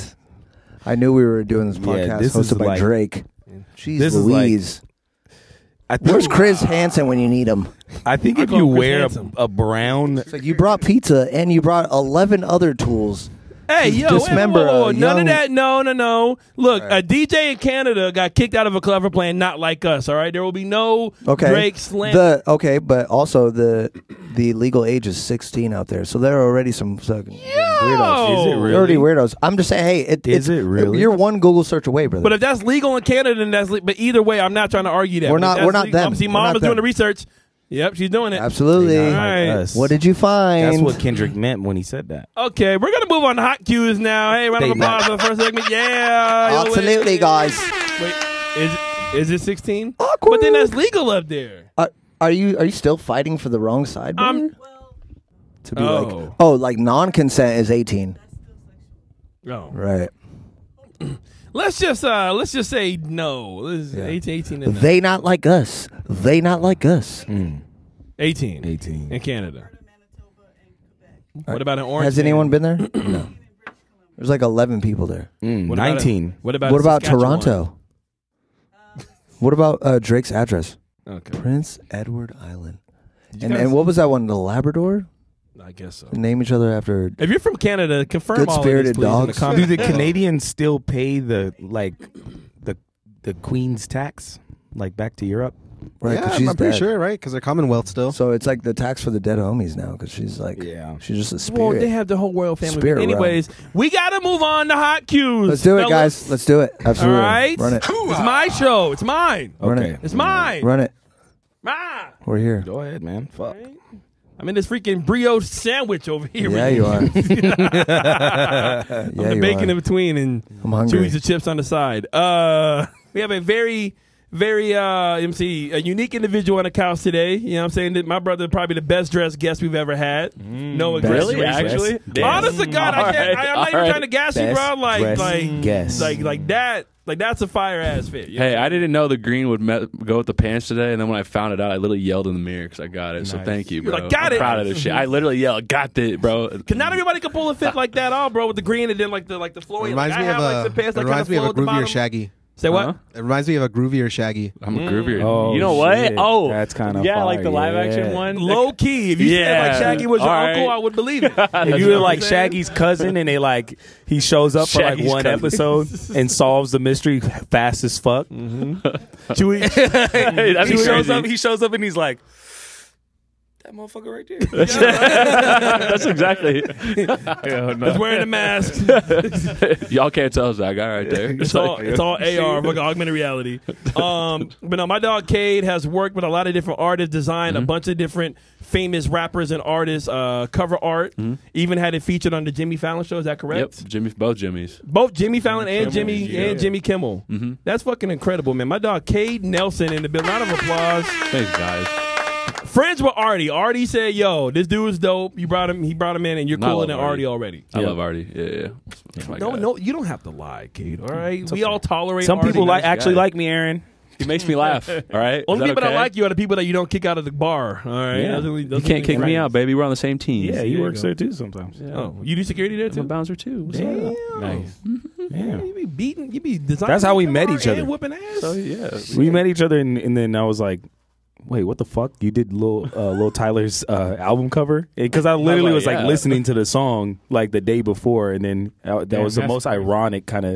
It was kind of That's crazy fire. because my little sister Mary, she at the time, I mean she still likes Lil Tyler, but she was like bumping all his shit, and then she put me onto a song, and I actually was looking at the album cover like, this shit is dope. Like, I wonder who did this shit. Bro, that is crazy. You asked and and then, received, baby. yeah, and then There you go. literally I'm like at work, and then he was like, you know, I did that album cover. I was like, You fucking like get the fuck And I was out like, of I'll show you my iPad right now. here. dude. And he literally shows me like the time lapse from like Fuck. the sketch to finish, and I was like, that's fucking crazy. He really did that That's shit. actually What are the insane. chances of that shit? So Like, how many talented artists, design artists, all do fucking bouncer security work now? Like, is that like the hand in hand I think we're the correlation only there? ones. yeah, Okay. I don't think we anybody might. else is like talented, but not to talk shit. Nobody else has any dreams. No, honestly, I don't know why out here in Phoenix, because I DJ in Scottsdale, and so many of the security guards are like, you would never even fucking know. Like my boy Chris, who was on the couch a few months ago, he was Yeah. a security guard. He has like almost 200,000 fucking followers. But I think that's becoming more common. Like you really see a lot of that in LA. Like, oh, I'm an actress, but I'm also serving you your dinner right yeah, now. well, Like yeah, you no. see a lot of that, Yeah. and I think with gig culture and like people are becoming more entrepreneurial. I think that's totally common. At this point. Yeah, I think for guys, there's not very many jobs that pay that good that are also like, you know, like you can work a normal day, you can do shit during the day, and then you give up your nights, and that's like the sacrifice. Yeah. But it allows you to, you know, have that freedom That to do flexibility. your freedom, flexibility to work in your craft during the day. Then at night, like make sure you get some bread. I feel like Clark Kent with a pencil. Some of these jobs go. No, but I'd be like, With a it'd be pencil. like, damn, like they just think I'm a bouncer. It looks like my full time occupation. This is I live and die by it. You know what I mean? Like this is my shit. And I'm like, no, I draw pictures. This is my side thing. Like, Fire. Yeah. you know. So how did you really get into that? Like, how did you really get into designing like cover art and working with artists and stuff like that? Like, what was like your road to that? So I've been an artist my whole life, and then I like in high school I like gave up on it because I got burned out. I did like an AP studio art class, and then I went to graphic design school, and that's when I found out about digital art. Didn't know about it. Yeah. So then I kind of was like just only drawing and stuff like that because it like reignited my love for art. And then my like teachers were like, you can't like mix, you cannot do art and design unless they work together. And then at the time, that's when we did this project and I found out about cover art. And then I was like, oh, that's literally the perfect mix. I was like, that's literally artwork and design work in the same thing. Yeah. And then one of my plugs, he like hooked me up with like one of his boys was making music, and this is I'm from Iowa too, so like this is like there ain't nothing else to do, so I'm just like like in the trap, and everybody's just making music and stuff like that, and then I'm just drawing the shit, like, you know what I mean? I was like, here, let me do your cover art, and then they started doing that. Moved to a different city after that, like a bigger one, trying to work with bigger artists, and then eventually got discovered by one of the art directors at Atlantic, and then lo and behold, I was pitching for like Pooh Shiesty for Shiesty season, and this was like 2021 or whatever that happened. But Why does that feel like it was so long ago? And Pooh Shiesty was like the shit for like 2 months. And he went to prison, sadly. Dude, he was gonna do some crazy shit. I felt like, I don't know. Yeah, he. Not like- he had a couple moments for He had sure. a I don't run. mean in like some weird like, oh, like he's on some like Mac Miller or like, you know, like Tyler the Creator type level like artistry. No, I'm not saying that at all. I just mean like on like, you know, because Gucci Mane like had all those artists out like that. I thought he was very promising for what Gucci Mane was like bringing out type thing. That's what I thought. But you know, shot some dude in the ass. So it's like, you know, shot me in the ass. Denzel. I'm pretty sure that's what happened. I don't know. So you got hit by Atlantic, and then what was like your big break? Who was like the first artist you were commissioned to design for? It was Pooh Shiesty, Oh, okay, gotcha. but they didn't choose my cover for that one. And in fact, it took a while. My first like one that actually got taken was Corday, and I did Super. I did like a big mushroom cloud from like a nuke, and then him like his silhouette just like walking in it, and that shit was fire, literally. But that was like the first one that. They talk your shit, bro. I don't know. That's just Yo, talk your shit, dog. There you go. No, you saying it was fire, literally. 'Cause It it was was like a literally ball of fire. fire. Yeah. Oh, I wasn't laughing that he's bragging. You can brag all you want. He's actually fucking dope. Oh. I'd be mad. Yeah. I'm like, you better brag. Yeah, well brag, yeah, You all better of that talk your fire shit. Damn it, Fire. yeah. Yeah. You just really talk like that about your own shit. Like, yeah, you know, so I drew this little sketch yesterday and the shit was fucking amazing. Shit was fucking I mean, you got to, bro. Look, it's all right. Like you said earlier, it is Men's Health Month, and good for men's health is you got to know when to pop off every Yeah, day. gotta know when to You gotta pop for off. sure. Exactly. For sure. It is men's Yeah. men's mental health month as well, guys. So. Give your homies a hug. Yeah. You know what I'm saying? They need it. Already, I'm about to hug you so hard after this dog. Hey, Bro, yo. if you hug me real tight and then like release me real slow. No, and then after you're done, tell me like my blood pressure. I'm Was gonna it tell like- you. What? What am I like those fucking arms? Should he thingies whisper that in your like ear after? Walgreens? Like that. Just whisper. One Yeah, One of nice. these. 80 over 45. I don't know. I don't know. You're sick. Artie said you were Kate or dogs. I'm gonna let you go ahead and ask the first question to Kate. What do you got? What are you gonna ask me? My question is. Don't be biased, all right? Hard-hitting questions, all right? This is journalism. No, I mean, I think my question would be like, and I think I've kind of asked you something similar before, but for artists who are looking to like market themselves and actually start getting some clients, like what do you think is the best like 1-2 punch to get started? Like what do you think these artists need to do to start getting clients? Bro, I've been like beating myself up over the same exact question like the last like 2 weeks because I don't know the damn answer. But how did I get involved? I think if I were to meet someone on the street, in fact, I actually met someone at Safeway the other day. It turns out he was an artist. And I asked him, I was like, oh yeah, what's your IG? And he was like, oh, I don't have one. And then I like looked at him like, well, how the fuck am I supposed to know that you're doing this? Like, you know what I mean? Yeah. So I think you got to put yourself out there one way or another. If you're not posting your stuff, like how is anybody supposed to know who you are and what you do if you're not even like showing the world, even at the most basic level of just like posting on Instagram or like tweeting on Twitter?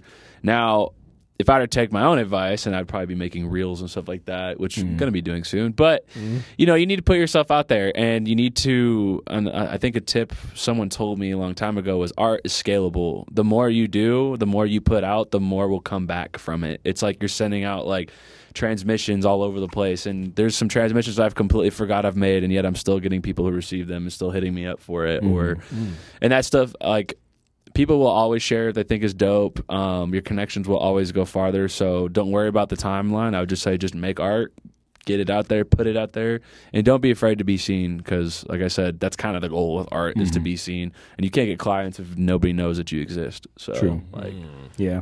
Also, put yourself in a position to win. Like, there's times you're going to get opportunities that you don't think you're ready for.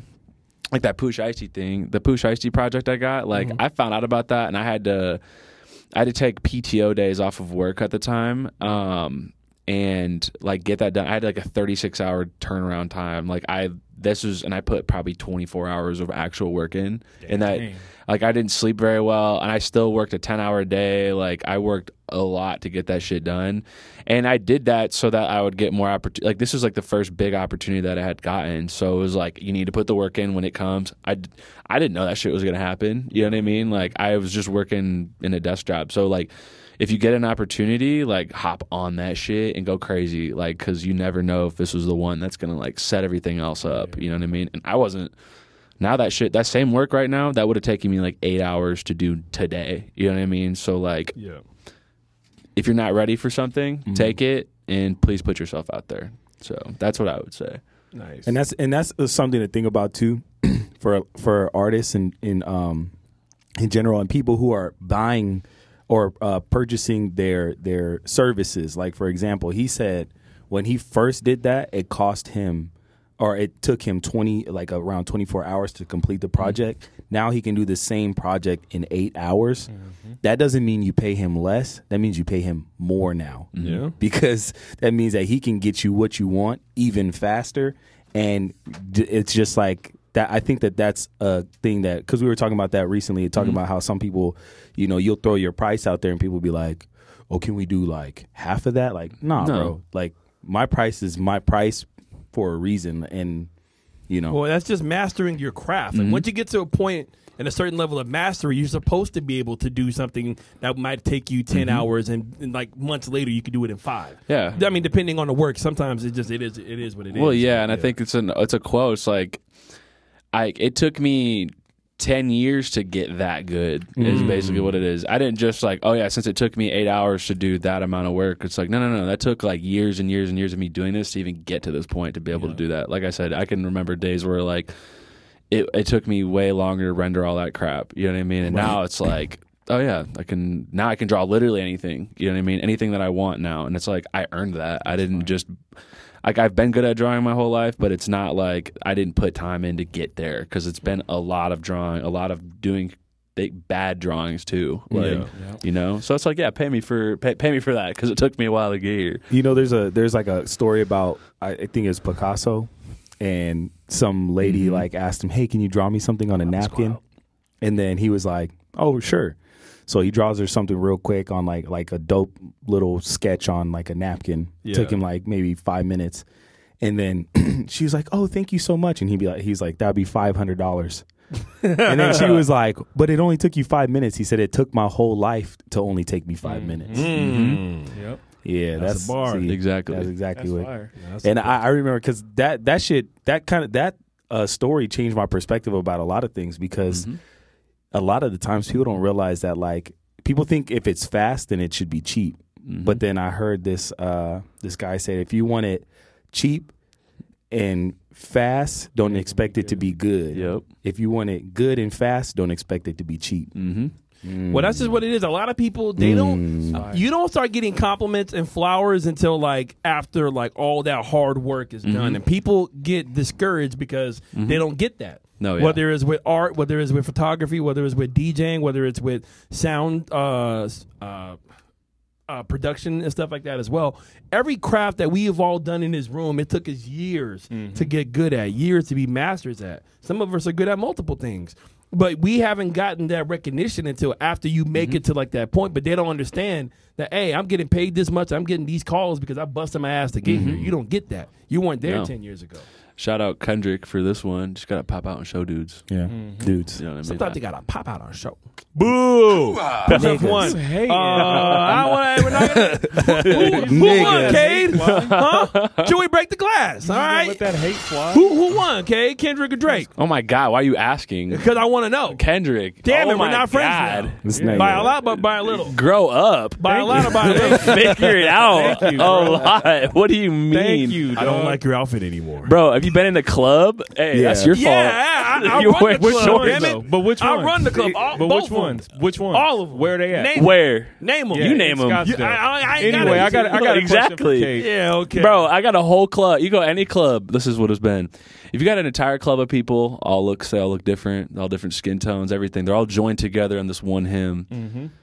He's a certified pedophile. Everybody's screaming one that. him. Certified pedophile. Everybody, it's a him. Sir. It's H-Y-M-N. How dare It's in the you? hymn. Bro, Have you everybody's ever- saying he's cooked. I don't even need to tell you that. Oh, You just okay. go in the club and Yeah. open Oh, your Because ears. everybody who says it, Aaron, obviously you're the biased, group bro. collective You're is right. biased, Bro, I got all these freaking Twitter bots and Still fucking hanging on to Aaron this. is He lost, surprisingly bro. biased Freaking about He it. family. lost, boys. dog. He lost, bro. Ask Give it You're up. being serious, Give too. it up, bro. He being dead ass. That Yeah, makes he's it annoying. dead ass, Kate. Like you said, bro. Hey, there's got. Hey, you know what? No, here's what I said. You know what? perfectly I'm put by glad. Cade. Bless Grow your up. heart. You know what Grow I mean? up. Like- Honestly, here's what I said. Okay, I said we're not gonna get into it, but I'm just gonna say, I said Kendrick won, but by a little.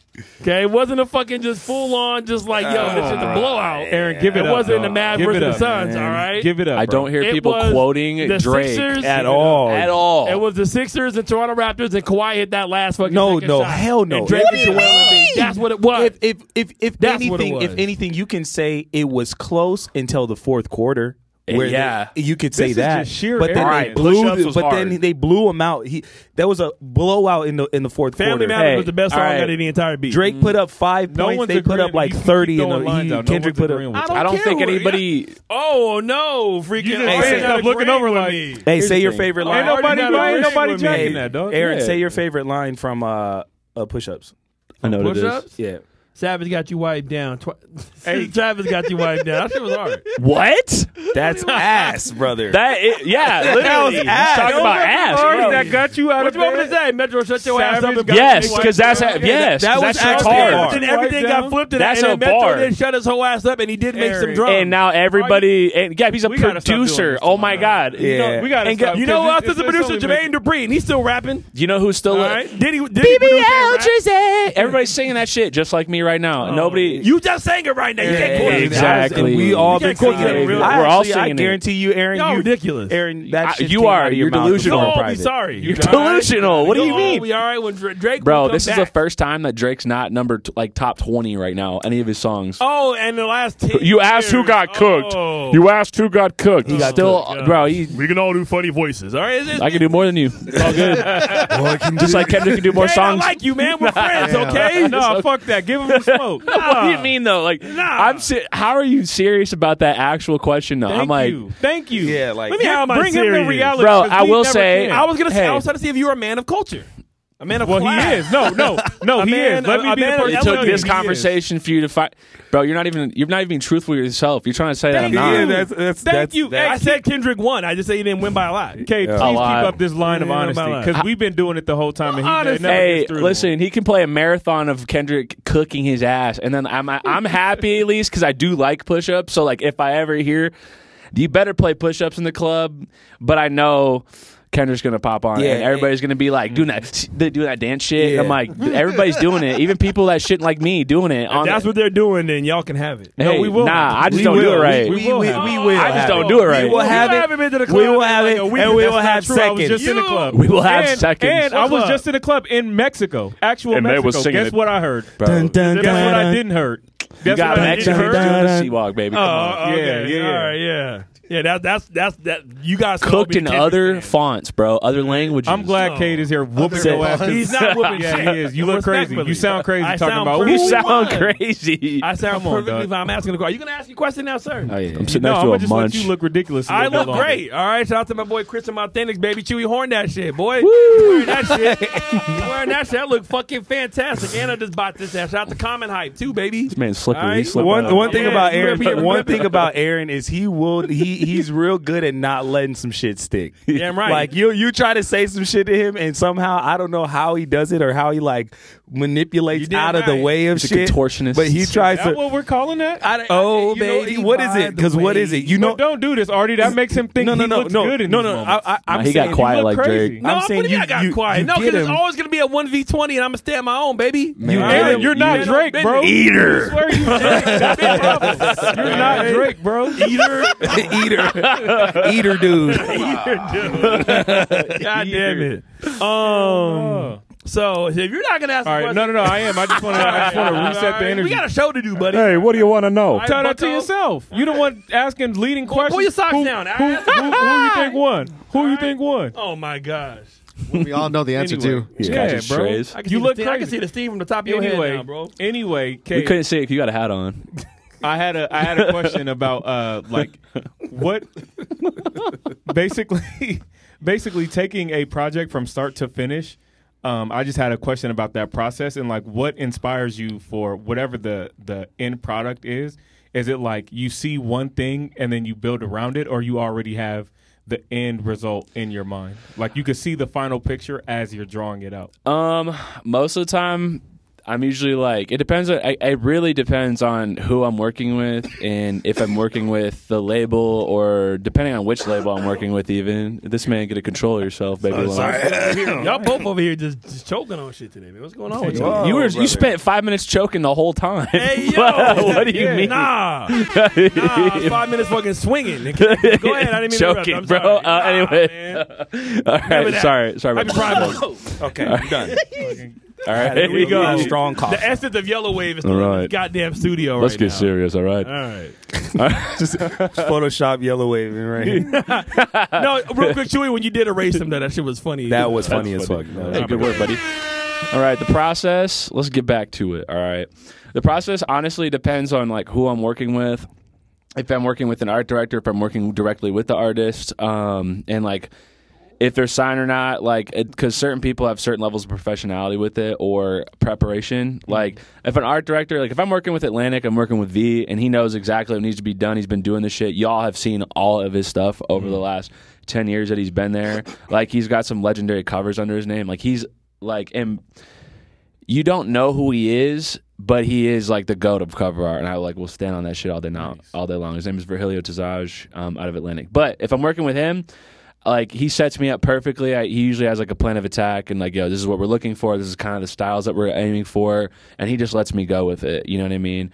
But sometimes it's like I got to go off of a weird, vague brief, and actually most of the time I have no idea what the song sounds like. I'm just running on this, and then that's kind of like a gamble of being like when it comes out to being like, oh, this is the vibe, or like, man, I wish I knew the song because this is not. You know what I mean? Like, but like, or I'm working directly with the artist. It's nice. I prefer that because there's just like a lot less like middlemen in it and people differing opinions and stuff like that. Like, you got a lot of people who have no business making decisions creatively and that are in there just to like for job. It's like job security. Like, yeah, I don't like that color right there, and they're like, are you even an artist? Like, what the hell are you talking about? And then I have to change it or something like that, or like or good art turns into like weird art. You know what I mean? Like it can happen that way. But it all's different.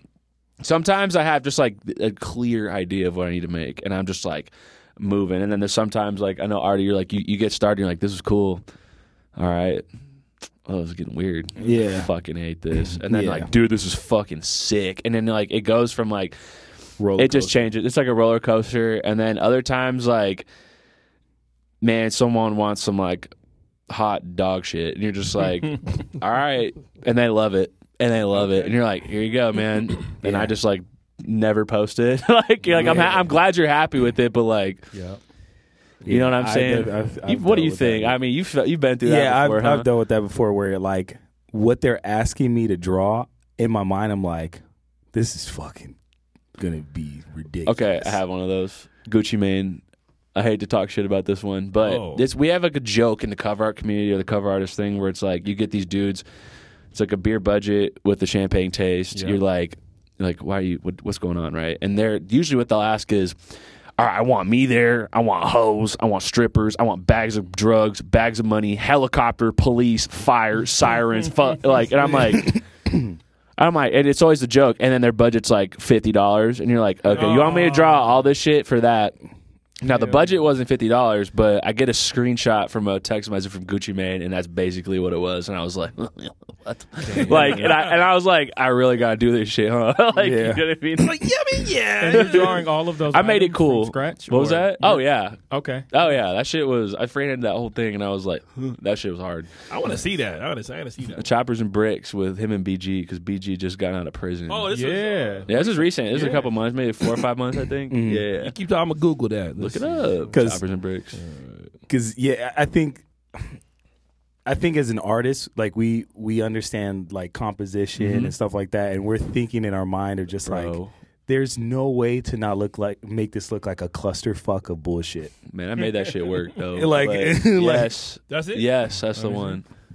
Oh, and the helicopter above, and then he's like, I need some hoes in there, and I got her driving the truck, but you can't really see her, but she's in there. I checked the box. I was like, I'm not about to screw this whole thing up. This is not going to make sense. Chewy, I'm gonna need you to add that in. You got it. You got it. Oh, I'm gonna send it to you right now. Yeah. Oh yeah, I mean, you did it. You did that. I did it. You did that. Though. I did it. I checked the boxes. All right. And what he did was he put all of the elements in there, but you minimized. I minimized the damn. I made it work. Like I have to strategically place each piece in to be like, I put what you wanted in, and I need this to still make sense. And not be like I said, like, why are there burning buildings, and why is there why do I got helicopter, squad cars, hose, drugs, and a speeding cars? Makes no sense. Now this cover does not have all that, but it's literally like I don't know. So. Which one were the covers that made it onto both of the Jimmy shows? Wiz Khalifa. That was the multiverse cover that I did. It's his album cover, the first studio album cover that I ever did, and that was my White Buffalo. Now that was I've been a fan of Wiz since I was 11 years old. That was one of my first ringtones, Black and Yellow, and that was me and my homies favorite. He's like my brother. We grew up together, but that was our favorite artist. You know what I'm saying? And I'm still top 0.5% of his listeners. I'm not gonna be shit that shit, but that shit was once I was starting to do cover art, and once I worked with a record label, that's when I thought that shit was possible. And then I fucking got that, and then that ended up on Jimmy Kimmel first. And then eventually Jimmy Fallon, because he was doing a little tour for the artwork, they got to perform some songs. And then they showed it on there. And I remember right before I finished the project, he was like, yo, you got to have this shit done with like in an hour. Wiz is going on Jimmy in an hour. You need to have this done so he can show it. And I was like, yeah, that one. Shit. Yep. That one's tough. Dude, yeah, because he wanted it to look like some like old like Rick James, like old 70s funk stuff. And I was like, all right. And I love that shit. So, and I actually just bought 2 of those records the other day because I hadn't had them yet. I hadn't seen them in person. So I bought one. One I could play and one I'll never take out of the wrapping. Nice. Yeah. Damn, bro. Yeah. Okay. That shit was fire.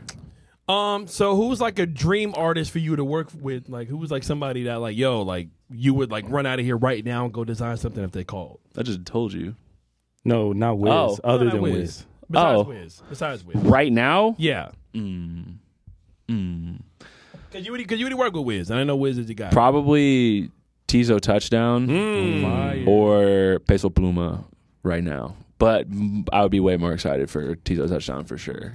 Yeah. I can see you going crazy for Tizo. Bro. He's already like a piece of like walking art himself. Yes. Like how he dresses. Oh, you should have seen what I wore to his concert the other day, bro. Like that was, I should have took pictures, but yes. He's like, I love him. Like I think he's actually one of the best artists out right now. Like as far as like to see what I think he could develop and become. Like I think he's like one of those. And like the next 5 years, I think he'll change some of like music. I really believe that.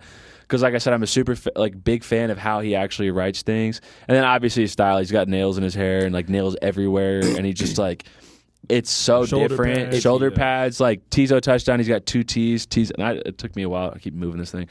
I just thought it was so dope, like how he dresses and everything. Like you said, shoulder pads like, keeps the touchdown thing in line. Like all the outfit changes he did for his show were insane, and it's just see how like detailed each of them were and how different they all were. Like, yeah, I would love to, bro. If you don't mind, like if you could just spitball off the top of your head what like you would want to draw of Tizo Touchdown, what kind of cover do you think you would do? Okay, it would be very illustrative for sure, like a lot messier, kind of like.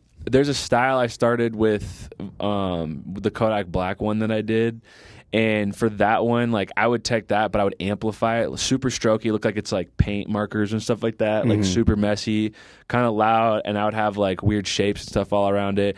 I would definitely be playing on the nails, probably have them flying everywhere. Like having like nails like some up close, like and like kind of blurred out a little bit. Like they're like in your face, some out and far. And I would want movement. And I would just want a really exciting piece for him, for sure. That's what I would do. You know what I was thinking for some reason that would low-key be dope is if it was like kind of like a spotlight with like a stool, but then his nails are super long coming off of him, and then there's love letters stuck on the ends of all Dude, of his that nails. one, you don't understand how great with that, because he has like at his concerts, like he has everybody write on sticky notes. Shit they love about him. And but I would make him look Yes. I didn't know that. Yeah. like make him look kind of like Sad. almost like melancholy, but all the little. Bro, I was just thinking about that word today, melancholy. Melancholy. I was like, oh, he's got a case of the melancholy. He's got a case Check of on him, it. yeah. Needs a hug. He's got a case of it. He's got a hug. See, I'm really mad because I didn't go see Tizo. Because didn't Tizo open up for Don Toliver? Yeah, I believe he do that. I know it was for why am I forgetting Travis Scott. Yeah, it was Travis. Okay, It was Travis Scott. I went to that. I drank way too much, so I didn't. We showed up like I got to see 30 seconds of Tizo Touchdown. That was the whole reason I went. I was sweating Bacardi, bro. Damn. I couldn't stand. And then I went. I went and I tossed my cookies and I rallied. And then someone gave us floor seats for Travis, and that shit was lit, dude. But I didn't get to see Tizo. I was so mad about it, but I got to see him again. We were front row for that. Yeah, it was a good time. I do think in terms of creativity and talent, he's like top 1% right now. Literally, people talk about entendres being a line. His whole songs that are just. That's the song is an entendre. Like I'm just a fan. Yeah. Are you fucking kidding me? I love that song. His songs are ridiculous. They're amazing. And like how that song with Don Toliver and him, that shit bangs. But like the one thing about that song is like, how do you sing a whole entire song without saying the word that everybody knows what you're talking about? It's called what I'm looking for. None of the song is called Luckily I'm Having. Yeah. And he never says fun that entire song. Fun is not within the lyrics at all. And you know, like he plays an entire song without having to say that word. You know what he's gonna say. Like that's one of the marvels of his writing that I really like. I'm sorry, I didn't mean to interrupt you. You're good. I'm done. When I first heard that song, I'm like, number one, that song is like the hardest song of the album. That shit was fucking crazy. And I thought Teezo was a woman until I seen him. What? Really? He sounded kind of like it could have been maybe like a woman from the South, because like some women like down there, like some artists, they have like a more deeper, raspier voice, low key. I didn't know. Sometimes it just happens. But then when I saw him, I was like, what the fuck? I'm like, who is this guy? But then he's actually dope. Him on Amen was amazing. And then Third Coast. That's my fucking shit. That shit is good. I played that shit at the club the other day. That shit was For Men's Mental Health Month, listen to Check on Your Strong Friends. Yes, check on your strong Friends. friends. Check on your strong friends. Yeah, that's a great song. It's a great song. No, RC put me on with that song with him and Kyle. Oh, yeah. Yep. I'm drawing a fucking blank. I was singing that song every day for like a Bro, month everybody's straight. got different. That was the coolest part about his concert was everybody had a different favorite song from him. Everybody had a different answer. Something about you? Yeah, something. I think I think one of that my is it. favorite songs is that Who Said It Could Be Impossible. Impossible. Yep, that song's great. Mine's I know that you're nervous. That song. That shit's okay. great. Whoa, shit. All right. Well, before we move on to the next topic, bro, I want to ask you. So, I know you're a big music head as well. Tell me two of your favorite, besides the ones you've done, two of your favorite cover arts that you can remember from any of your favorite albums. For my favorite albums. Like not ones that you've done. Oh, my favorite covers? Yeah, that you just like in that general. you've seen. That you see. Damn, you put me on the spot for this one. There's so many. I think just because it's simple and clean, I don't remember the album name, but it's the Gucci Mane one, where it's just like a black silhouette of him, and he's got a golden halo kind of around him. And V made that cover, but I really like that cover. I think that one's really dope. And then another, I have to do Rolling Papers with Wiz Khalifa, like the green smoke face. Like I still don't know how that's been done. Like I don't know how to, like if you asked me to do that, I would do it way differently, and it wouldn't look like that. And that shit is dope. Like I think that album cover is amazing. I think so. That's what I would go with. But if I had more time to think about it, I might have different answers. But that's your answer for now. No, that's good. That's good. RC? I think I'm out of questions. No. I'm asking. I'm asking. I was I'm gonna say, asking you put all me on the spot y'all for a question. your favorite cover art. My favorite cover art. Damn. Let me think. Can you go to Artie? Artie. Oh, who's that? Shit, my favorite cover art. It's a hard question. Yeah, it is a hard question. I for some reason really the Lil Tyler one that he did was probably one of my favorite. I don't know why. I just really liked it. It just was like cool, and I thought it fit his like Lil Tyler's whole style, but it was like it was one of the first cover arts I had seen in a long time that actually made me ask like, who did this? You know what I'm saying? Like this is dope. Was it like, My who did Vision? this? That one you're talking about, or what do you? The one where he's sitting with he's sitting with the trophy. Oh yeah, Rapper of the Year. Yeah, Yep. And I was like, this shit is. I was like, this is fire. Like, who did this shit? Shit. Other cover art that I'm trying to think of, like that just was impactful to me. I got one. You got one? You go ahead. Yeah. I got two actually. I would have to look through my. Late Registration I was about to say Donda was fire. just to be annoying. Late Registration was fire, and then Coloring Book, Chance. That Chance Coloring. the Rapper. Oh, that was fire. Acid Rap. Acid Rap. Okay, that was yeah. good. That was a good Oh, one. you know what? Okay, that brings me to Sam Spratt. You don't know who Sam Spratt is? Dude's just making so much money off of NFTs. It's incredible. But he's a man I basically replaced. So all Logic stuff, like Bobby Tarantino, like the one where he's like wrapping his hand, that illustrated. He illustrated all those. He did the one with Kid Cudi where half his face is split and like it's all painted where it's half skull, half like the other one. It was like the most recent album that he dropped, I think, or it was a couple years ago, I guess. That dude is amazing as cover art. I mean, he doesn't really do it anymore. He does it once in a while. I think he's still doing it whenever Logic hits him up, but like that dude's an amazing illustrator, and like that's what that style reminds me of. Nice. And I think I don't remember the guy who did Acid Rap, but I ended up talking to him one time. It was on like Twitter Spaces or something like that. But that dude's a cool dude. Acid Rap was a fire cover. No, that's a good cover. Good one. Chewy. Like of all time, like album artwork. Yep. Shit, dude. I mean, you got to go Pink Floyd, Dark Side of the Moon. Classic. Nirvana's Evermind's also pretty iconic. Okay. I mean, probably What's like, iconic to you though? What is iconic to me? Yeah.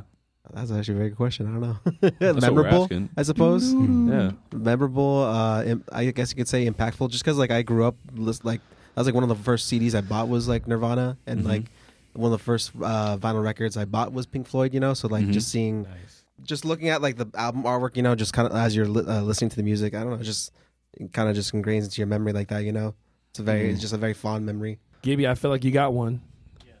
Yep. Okay. Check. So I said Snoop Dogg Doggy Style. Yep. And then my second, I'm going with 36 Chambers, Wu-Tang. Ooh, Nice. There you go. It's just so rugged. Yeah, no, it's rough. Aaron, what about you? All right, I got a couple. Let's go. All right. All right. I got a couple. When I was a kid growing up, this one isn't necessarily art. I mean, it is art, but it's not like illustrated. Ludacris's Chicken and Beer, one of the first albums I ever bought, and him just like on the, you know what I'm saying, with his braids and everything like that. Shit was fire. Growing up, Graduation, the bear flying. Yeah, that Oh, was yeah. Very memorable. That was, Come on. Yeah, that was good a one. great progression. College dropout, late registration, graduation. Those 3 album covers. That's Amazing. Kanye. That's fucking Kanye. Yep. That's it. Lil Uzi, he had the mixtape where like it was like the anime head and like every. I was just thinking about that. Yeah, I don't that's know what one it's of my- called. It's got Rhonda on that song, I believe. Yes, I Or think, on the album. P's and Q's is on that one too. That's the oh my God, Scott Pilgrim art, right? Yeah, that's the what I Scott thought. Pilgrim one. The- That was one of my What's favorite. that album ones. called again? I Myra. forgot. Why am I drawing a blank? It's like one of my favorite Uzi I albums. don't remember what it's called. I forget. It was one of his Eternal earlier. Eternally Take. No, that one wasn't no. Eternal That's him on Take. like a moon or I something. think it's I hate that cover. I hate that one. But yeah, true. You looked that one up. Yeah. But that Lil Uzi one, and then Little Uzi Vert versus the World. There oh it is. yeah, There it is. there it is. That's the Nice. one. And I'm not even trying to be biased here. I'm not. But Nothing Was the Same with his head in the clouds. And I think if you bought like the actual album, Oh, it was like yeah. him and then That's like good. him as like the That's baby. an amazing cover yeah. art. Like, True. Oh, like- yeah. like older Drake or like Drake at that time, Or but then Baby him as Drake. the baby. Yeah, like that Baby shit Drake. was hard. Yeah. Like to me, that shit was one of my favorite ones. Yeah. Um, It's fire. That one is actually a very good, that's a great cover. See, all right. See, we can all find compromise here, guys. Oh, Okay, yeah. all right. No one's No, saying we're just Drake isn't- objective. Drake, We're one round of objective. applause to my guy, Kate Nelson. Round of applause. Podcast numbers is up. Yeah, they are. Yep. Spotify is Yep. up. Looking good. You know what I'm saying? That's Them streaming awesome. numbers. Congratulations. Yep. Yeah. Okay. We are trying. You're famous. And they're up. We're not famous. Ah. We on the way. We're Scottsdale. gosh. Scottsdale You are famous, the queen baby. of That's Scottsdale. funny. Are you more Nah. famous than I am? Nah, you're Mr. Cake. You global. Mr. Wow. Cake. Mr. Cake. Mr. Cakes. Hey, yo. Mr. Thickums. Hey, yo. Happy Pride Month. Happy Pride Pride Month Month. to all of our friends who celebrate Pride and LGBTQIA+. Mm-hmm. Yeah, community. Good job. Got it. Thank you.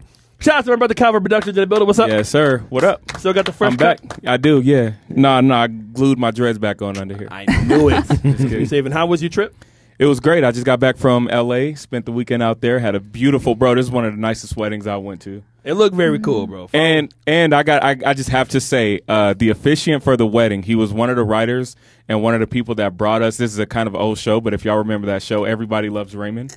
Yeah. He was the officiant of the wedding. Bro, killed it. Wait, what do you mean he was the officiant? He was the one he who was said, the one like, that dearly that- beloved. Yeah. Really? Bro, killed it. That's fucking dope. Like, to be able to take control of, I mean, you guys know about taking control of a full room of 200 people. Yeah. But the way he just walked us through the ceremony, it was beautiful. So That's shout cool. out to Laurel and Jordan. Congratulations. And yeah, I got to get back to L.A. soon because that was fire. This man big time in us, man. Yeah. Happy for you, Yeah. dog, man. Happy for you and your fiance, man. Glad you guys had a great time. My brother Artemis Reeves III. Hey, What's up? Hey. I found out this weekend that I lack confidence. Who told you that? Whose ass we got to kick? No, it wasn't someone who told me. It was something I witnessed. Something Oh, you found dang. out within your. Wow, what happened? Yeah, so at the bar, a girl shit on herself, Nice. No. went home, cleaned up, and came back. Nice. And I just don't think I could do something like that. Yeah. Chewy, How do give it you- a horse Dang, sound for that. I okay. don't know why the horse, but just give it a horse sound for that one. And came back and just act like nothing happened. Wow. And it made me question my whole life. Like, am I? Did she wait back in line? Yeah, I'm pretty sure. Damn, yo. That's great. The wait back in line after shitting your That's pants. nasty. Yeah. Talk about the rally. I don't know if It's that's one thing to throw up Where and was rally. this at? It's downtown. Yeah, I'm never going there. That's Yeah. crazy. That's like. I mean, usually stuff. I mean, I guess you can say stuff like that doesn't really happen anywhere. You know, Well, How many times have you seen someone shit themselves? Yeah. usually they get kicked out the club and then they don't get let back in. Yeah. I think they lost track of her because she changed clothes. She had on a wig. She had new eyelashes on. Crazy. Yeah. But Well, whoever you are, ma'am, you have Yeah. confidence in Yeah. the Artie Reef stamp of approval. Shout out to my brother Gibby _Visions. Gibby, what's the follower count? 195. 195. We on the 195. We on the brink. Hey, you see, Yeah, man, we on the brink. Keep See? boosting your numbers, dog. It's We love going you. Hey, Yeah. you right. All right, you got to be Exclusive. worthy to be a part of the giblets. You know what I'm saying? So there you go. Shout out to my brother Chewy, How we doing? the leader up, of the Chewy? Chewables, The Crustables. the Crustables, The chewables. Chewables, the Flintstone vitamins. You good? Doing great, dude. I'm just happy to be here. You look great, man. Nice. Thank you. You look great. I see you rocking the Suns. You're not wearing some Kings or some fucking Maverick shit this time. You're actually. Fun fact: repping I was in Brooklyn. Flagstaff for the weekend, right? So I was just fucking around, just checking out the mall. I got this for $50, an authentic Booker jersey. Nice. From the Damn. Flagstaff Mall? Yeah, Flagstaff Mall. That's like the smallest mall in America, huh? Honestly, yeah. Like, It is literally, so you- fucking tiny. You could stand in the middle of the mall and look and see the end of the mall from like either side. What the fuck? It's small. You can touch the Wetzel's Pretzel and the back of Macy's at the It's same hand-to-hand, actually. But we are excited. Episode 67. We are so excited. We're going to be talking about Caitlin Clark left off of Team USA. We're going to be talking about what's hot in the clubs right now. People are begging me for Sexyy Red. It's crazy. We're talking about Bad Boys 4. Everybody's saying it's fucking great. But before we get into any of that, we have a very special guest. Super cool person. You probably seen her. You probably heard about her. If you're in Scottsdale, if you're a fan of dope DJs, I always thought you were a myth. I didn't even know you were a real person. I'm like, who? It's this blonde woman out here just kicking ass and taking names and playing some ratchet shit and turning up. Yeah. You can do it all. Maybe. Well, no, you know, maybe you Trying. got it. All right, you know who you No. are. I know who you are. You're the one and only DJ Jen motherfucking I'm Jones. gonna take you everywhere with me. Come on Hey. now. Gas me up. Hey, I'm saying I can do it. You know what I'm saying? I'm nice with the mic. You know, I got you. Yeah. But no, we are super excited. We wanted to get you on a little bit sooner, but of course, you know, life happens and everything. A lot of responsibilities. We get it. We're just so glad you're here. Aw, you were so thank you for having welcoming. me. You were so happy to be on our show. We're happy to have you. Yeah, no, I'm excited and a little nervous. Why are you nervous? Gibby This the doesn't. one- Gibby this the doesn't one bite. you gotta watch. Yeah, I do. Why are You you scare nervous? me. Mr. Wait, who's scared?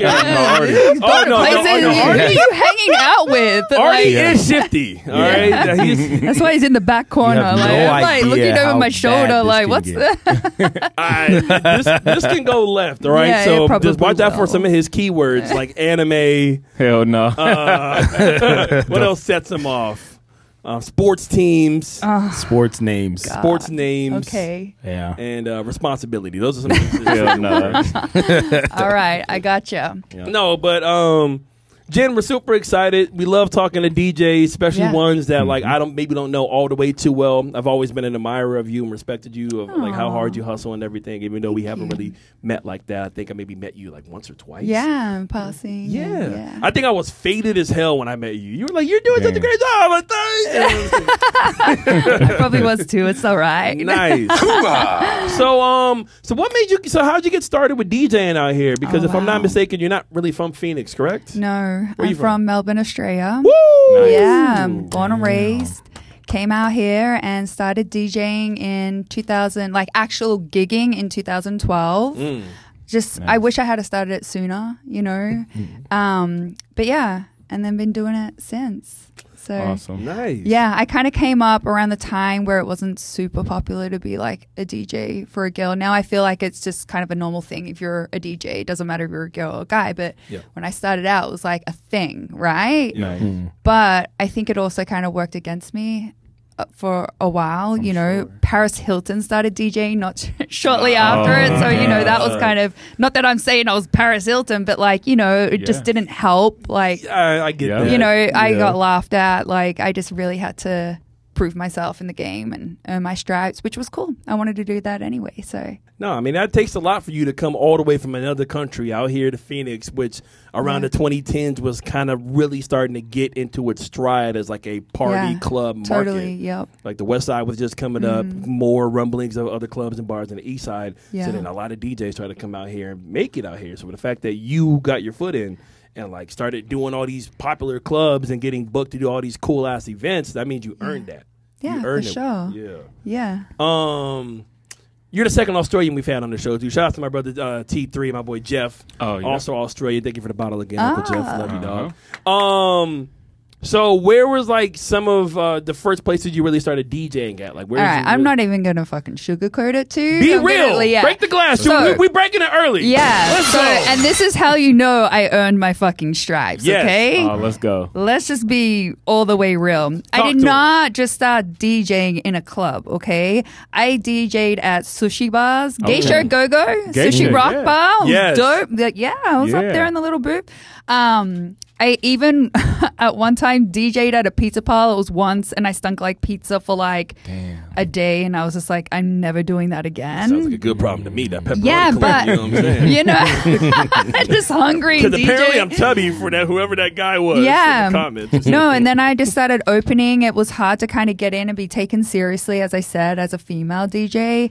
But yeah, then one guy, Brian Durkee, put me on to Spanish Fly. Remember that spot? Spanish Fly, yeah. That was like my pool little gig that I had. That's where Boondocks is now, right? Yeah. Yep. And then That's I old worked school. my way up. I had a residency at Maya when it first kind of opened, which was really dope. That's fire. And then I ended up going over to Talking Stick. So I've been with Talking Stick for like this is like my 10th year with them. Wow. Yeah. I've been with them for a minute. Yeah, and that was kind of like my foundation of like residencies. Then I would like sprinkle in other spots here and there. Right. And now obviously I'm at Pretty Please. Prior to that, that group was over at Mint. So before it closed, and now it's Pretty Please. So R.I.P. Mint, man.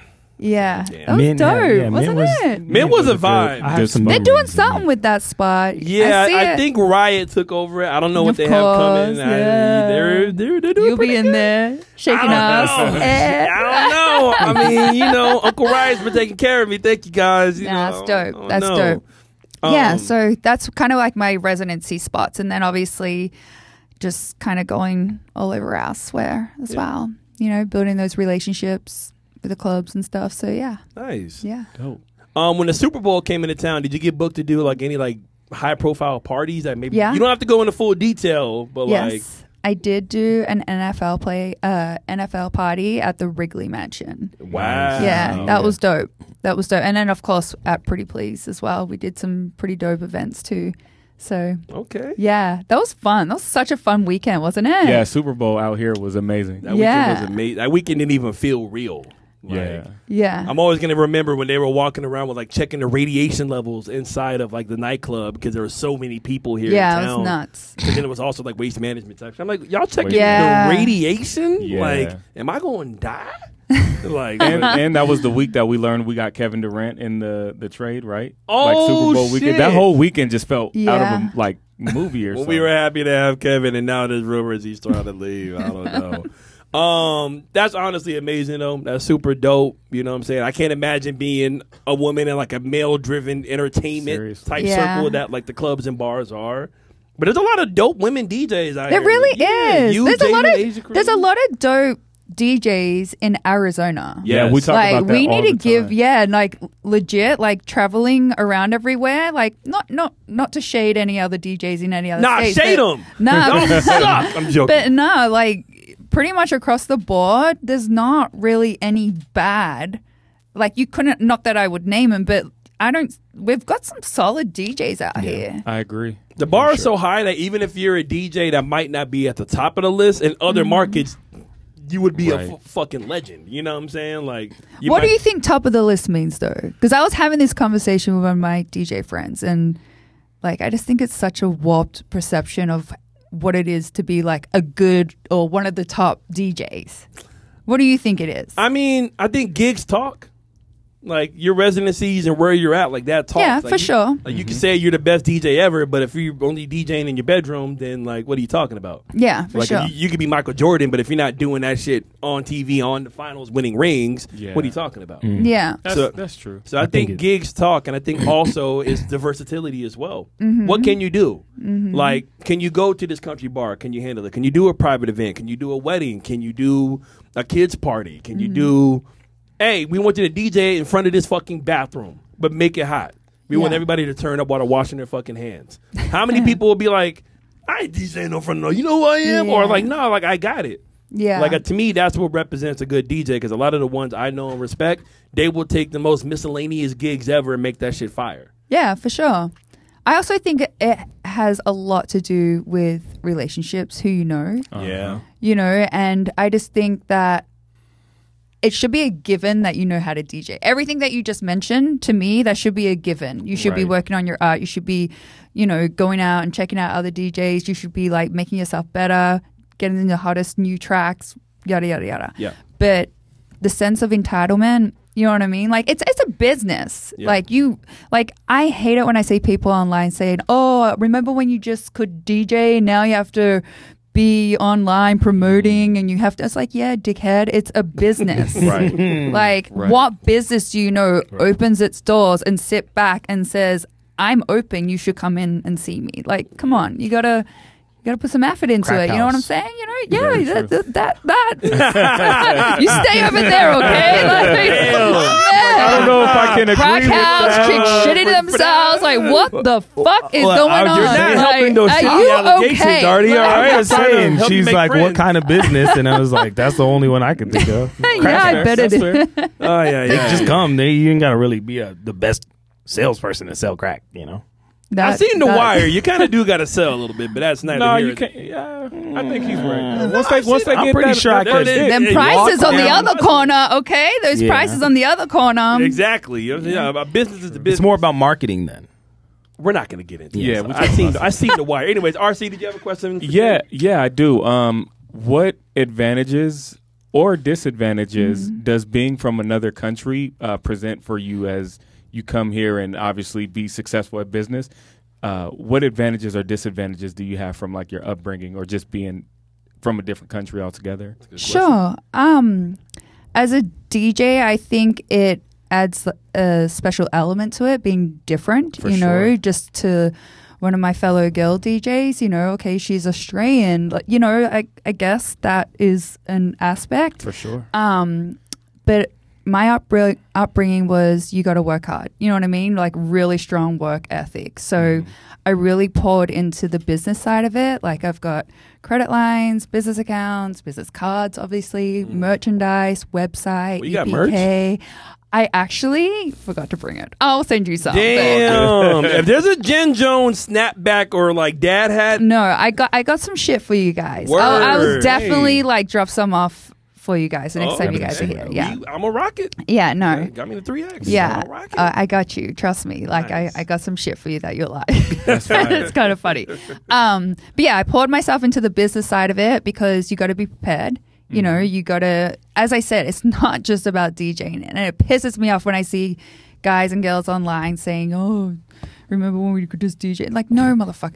It's never been that way. Like, if you want to just DJ at one spot locally and be content with that, okay, go ahead and do that and have that attitude. But with anything, this is our business and you need to grow it and you need to pour effort into it and you'll see results from that. But to trump all that, I think that relationships is a really big factor. That's what I've really learned over the past couple of years as of late, that when you go somewhere, especially if you're out of town, like don't just show up to the club, shake hands, thanks for having me, and do your gig and leave. Like, no, like take them out to dinner, become friends, like genuine. Like, I'm not saying be fake, but like you really build that rapport with people. The other local DJ there, like, you know, connect with them. Networking is everything. There's strength in numbers as well. Yeah. So, like the Scam Music Summit, South by Southwest, like going to those events and like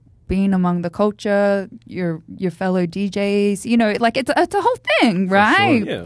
So I feel like for me, having that work ethic, and having that instilled in me kind of separates me from some of my other fellow DJs that I speak to, especially out here, that don't have a similar mindset.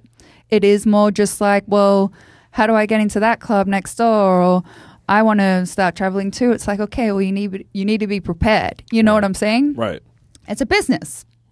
No, absolutely. And I catch myself becoming the old head now. Like, I'm becoming the guy that, like, I would, like, when younger Aaron would try to go talk to. Like, shout out to, like, the few mentors that I've had, like the Chris Villas, the DJ Complexes, Tigers as well. Like, a lot of Robbie Rob, a lot of great guys, and Tycoon as well. I can name them all. Yeah, sure. A lot of guys that didn't have to open the door for me. They didn't have to give me a chance. But once I started learning how the game was and learning how, like you said, being for real about it. You want to be fake about it. Like, yeah, what's up, RC? And then just like, man, fuck that. You don't want to be like that. Like, honestly, you have to want it. And people can smell the bullshit from a mile away. And I was lucky to have my best friend, my brother, who was also even though he wasn't DJing, he's a photographer. Him and my other really good friend Square, they're the ones who put me on in Scottsdale. And then I met my boy Convince, and then we and him became actually good friends. And then it just happens that, hey, I'm actually not that bad of a DJ. So then I started getting other opportunities because they could trust me as a friend, and then they could trust me to show up to work. So you're right. It's not just about, you can scratch. Let's just keep it a fucking buck. Nobody gives a fuck if you can do a 2-click flare into an orbital at the club. Nobody's there to listen to that. Maybe there's one dude other there. DJs, maybe. Yeah, other DJs. But besides that, DJs are not the ones buying the bottles 9 times out of 10. No. Yeah. They want to hear their song, and they just want to have a good time. Right. Women want to hear their song. You make a really good point. Like, clubs, they want someone reliable too. Are you going to show up on time? Are you going to do your job? Are you going to get hammered and not show up to your gig? You're going to send invoices in time. You know what I mean? Like, it's you're employed, but you're self-employed, obviously, right? But you got to be responsible as well. Like, you just can't.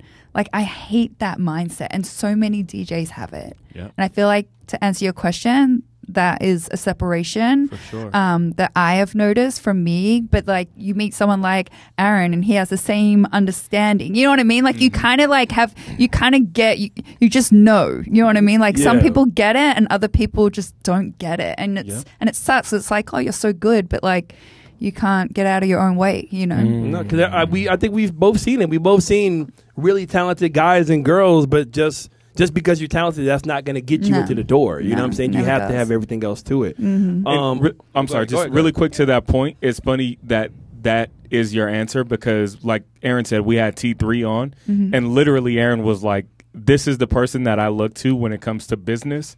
Like you said, I'm paraphrasing, but you took a lot of his business acumen and kind of adopted it your own because you see he's about his stuff, sends the invoices on time, like he's reliable, like you're saying. So I just thought it was interesting how that was your answer as well. Yeah. Like, there is something about, I guess, being from where you guys are from that translates into just being really on point with the business.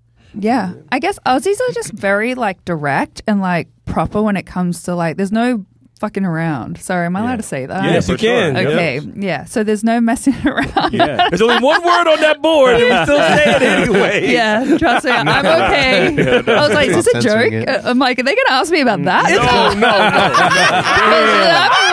No. This is a setup. No. That's hilarious. So how do you feel? How do you feel about this word? No, start sweating. Good. Aussies are some really, really cool people. You guys, Aussies and Canadians are cool as hell. Yeah, but Canadians Aussies scare me though, crazy. because y'all deal with the crazy fucking wolf spiders and tarantulas that got legs that will fucking steal your credit card and. I'm not gonna lie. There's a lot of fucking spiders. There really is. My sister's house is insane. I recently went back there, and she's like, "You take my bins out," which is trash cans. I'm like, "Yeah, sure."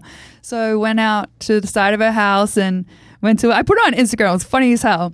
Went to go wheel them down a road or whatever, and like, it was just riddled in spider webs and like spiders up under, and she's like, just grab it. I'm like, there's no way. She's like, what are you talking about? You've been living in America too long. I'm like, no, like, that is insane. Like, I'm driving straight back to the airport after that. Like, I'll take the trash. Spiders already conquered this place.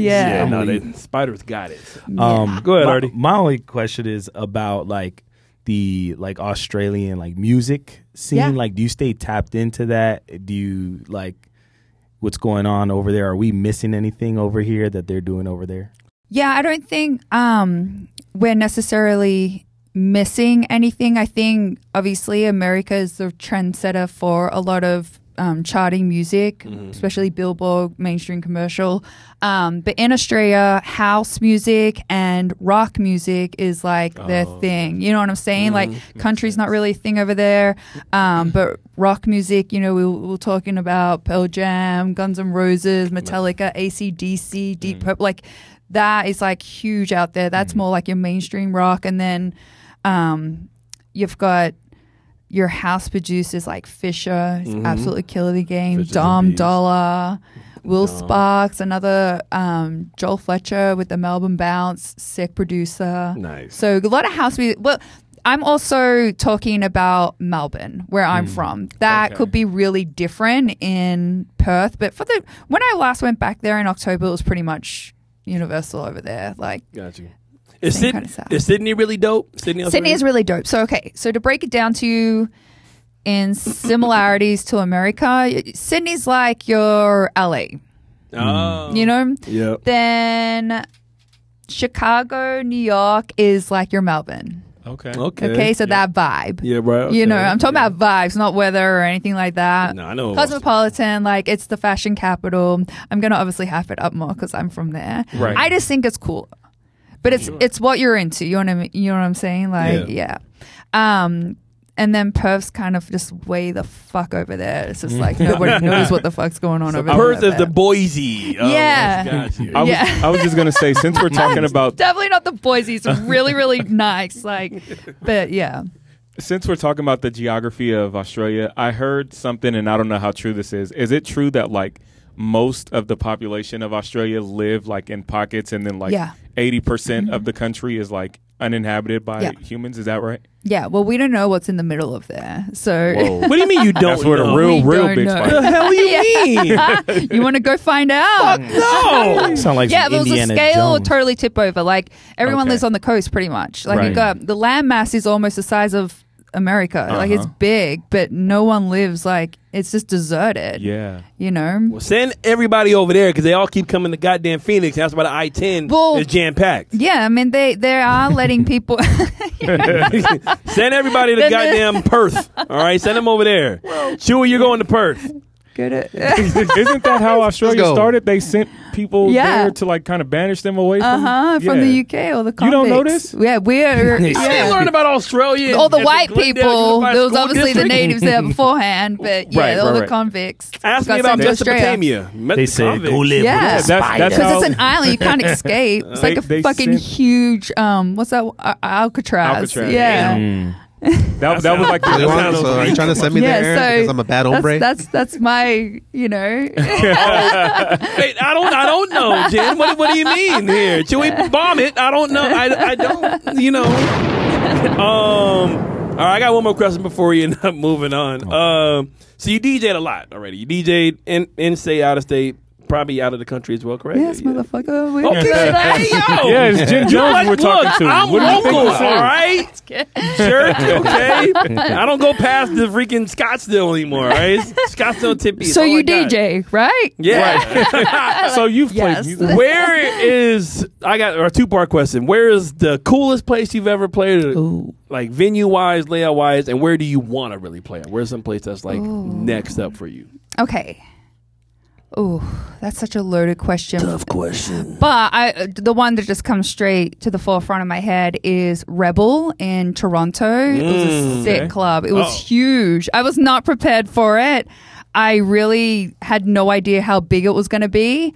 So I got my.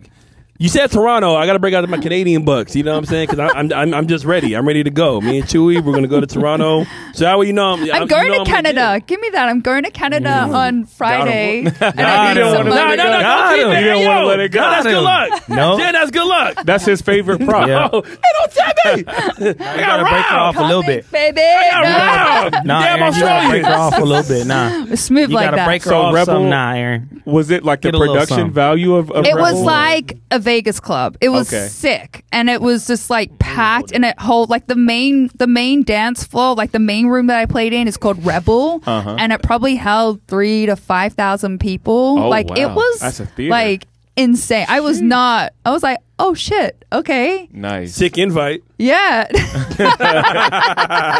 Sick next invite, time. dude. Oh yeah, next time. All right. Okay, so Toronto. So that probably, but that doesn't mean it was like that. That was just in the past year. So that just comes to mind. That was really cool, and it just went so good, and the energy was amazing, and something on that scale was just really fucking dope. Nice. Yeah. So that would have to be like my favorite that I Well, can think of. If you go back, you know what you cannot play there. What? You can't play. Oh, Don't oh, play it. yeah, Don't play it. yeah. I probably not a. Well, that's See, you gonna What are do they it. gonna do? You gonna do it because you're pretty. Hold up. You're like, fuck you guys. All right. All right. So, should we break the glass from? I Wait, love she my didn't answer the Canadian second- flavor. I know she didn't. Whoa, wait! I forgot what it was. Don't worry about it. 'cause I'm Now we're tired. here. No, You Stop. said Let her answer Canada. the second part of the question. No, dog. she said Canada. No, the second It part was is where do you aspire to play? Oh, Like, where do you wanna play? What's aspire. next? Oh, well, I think everybody wants to be in the main rooms in Vegas, Yeah. right? You got to be famous to do that. So we need to hurry up with this shit, all Yeah, right? we gotta go viral. I'm trying. Okay, just say I'll be your opener, fucking DJ. Yeah, all I'll be right? your opener. No, I'll be your opener. All right. All right. Yo. All right, Glaze Fest. Whoa. Hey, you know what? You, Katie, don't even start with me. All right. You about to start glazing right now. Go ahead. What are we talking I'm about about? to glaze Canada. what? Canada. Canada. So I'm literally I'm Artie going over there here getting Friday. charged up. Wait, Already getting Jen. dude. All right. You see where my hat is, right? No. Who won the battle, Jen, between Kendrick and Drake? I have to ask every guest. Every fucking week I have to ask. Don't okay. I do. though. Don't answer. Let me just start off by saying this. Uh-huh. I am a huge Kendrick Lamar fan. No, like all I are, no yeah. no no no no no. Everyone is now. Oh. I'm not saying you're not, but I'm just saying I was rocking with K-Dot when he put out ADHD in 2011, Same here. right? Like I go back. I really rock with Section Kenny. 80. Kung Fu Kenny. Been at every one Yep. of his concerts. Like I love him. That's fire. So, obviously, listening to it just as a person who has ears, I would have to say straight off the bat, Kendrick won, right? Yeah. So I started posting about it, and then I started like really regretting doing it because I know I have friends who are also DJs who are super plugged in that are first-hand friends with Drake. With Drake. Right? Okay. And here's the thing that made me question the legitimacy of it all, right? Oh, okay. Because if you don't factor into that, yeah, Kendrick blew him out the fucking water because last track that Drake left was a voicemail saying, okay, I'm done. Like, you know what I'm saying? He did. But I started to feel some type of way about it because I'm like, because the people that personally know Drake was saying this is all like bullshit. And it's like, okay, Wow. okay, so here's my thing. Break it down. I don't feel good about the whole beef now because I'm like, all right, somebody's lying. Either someone made that up, and that's fucking crazy accusations to like throw at someone that's so damaging and like fucked up. And then on the other hand, if there's any fucking truth to this, you need to be put under the jail, I right? agree. Yeah. So that's where I'm like, we're supposed to just move on from this. Wait a minute, time out. Like, what's going on, right? Yep.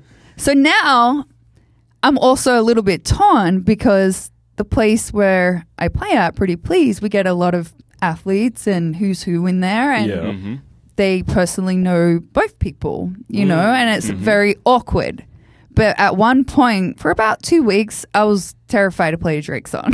Wow. Yeah. But I always play the Katie, sorry. I always play Not Like Us. It's the number one fucking song in the country. I mean, so it's like this weird, like, okay, I'm a DJ and I got to play this hot track and I'm going to play it no matter what. But do I play Kendrick? And then You My Everything drops with Sexyy Red. And Drake's kind of like making light of like BBL Drizzy, right? So it's like, all right. And people are now requesting that, you know, but yeah, do I have my own opinion about like the culture vulture and, you know, what Kenny's talking about Drake doing? It's like, wow, you know, but then it's like the legitimacy of it all. Like, you know, is this made up? Like there was just some really dark it went dark quick. It did. Well, That's a fantastic answer, by the way. Yeah. That was a great, That's a very eloquent fair answer.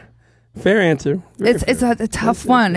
I feel torn because I felt strong in the beginning. How you guys are feeling? Like the arm wrestler, like no. Well, go ahead, because he don't like when I say. No, Aaron's say very it. emotionally tied to this. I'm not. That's I'm not. why he's torn. I'm not really torn. I think this battle brought the best and worst out of each of them. It brought the worst out because like we're just kind of mudslinging, and then it brought the best out because I haven't heard Drake rap like how he was rapping on Family Matters in a long time, and then also Kendrick to get the #1 record, and I liked everything Kendrick did for the most part. So it brought the best and worst out of each of them, and I feel like that's a pretty objective take on the matter. Aaron seems to be a little more one-sided. I'm not one-sided. What am I always? You argued with our Well, guest I last want to week hear for why 5 you minutes. think Drake won because I haven't heard this like from just someone Spoiler that is alert, like, it's not no. gonna make sense. Wow. I can't even say anything. You're right, go ahead. Wow. My bad. Wow. We'll strike that from the record. Wow. You're easy, fam. Because Drake Drake greased him up with that. Ever little- since the beef started and ended, and once it was actually over, and you went back and you listened to all the songs, I said Yeah. Kendrick won. I said Yeah. Kendrick won, but here's what I said. I said by a little. Artie, Okay. you let me talk, man. I said Kendrick won, but by a little bit, because I feel like #1, Drake had to really like push Kendrick to want to like strike back, and I think the fact that okay, man. No, but I think the fact that also Drake was the biggest shark in this whole entire battle. Like he was the one that if Drake really responded back to Kendrick and all that shit, that was gonna pop off. And I said other people were gonna jump in. And what happened? Rick Ross, don't you want to look at me?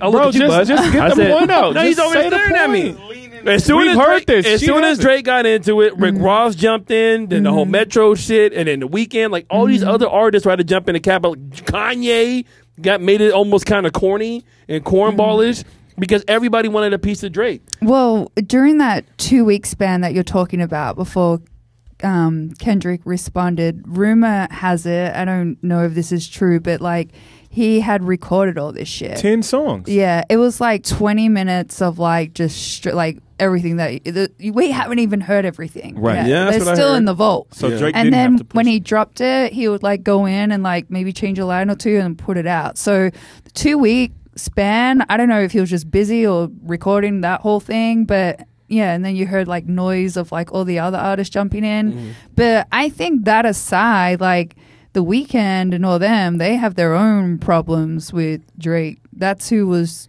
allegedly shooting up his spot in Toronto. But yeah, but I'm saying, but like the fact that Drake, once he got into it, then that's when everybody else, because Kendrick and Drake, they're two of the biggest fucking artists in the game. You know what I'm saying? Like you can argue either or. They both have the longevity and everything. Yeah. And then when it comes down to lyricism, Kendrick and Drake, they both are lyrical geniuses in their own way. Now, the argument's always going to be, oh, does Drake write his own shit or whatever the case Right. is? That's the annoying part of it. But I feel like just for me, I'm a fan of both. I'm a big fan of both. Yeah. I'm more of a Drake fan than I am of a Kendrick fan. But Not Like Us, of course, was the most popular song that came out of it. To me, the best song of it was Family Matters. And then The Heart Part 6 was kind of disappointing.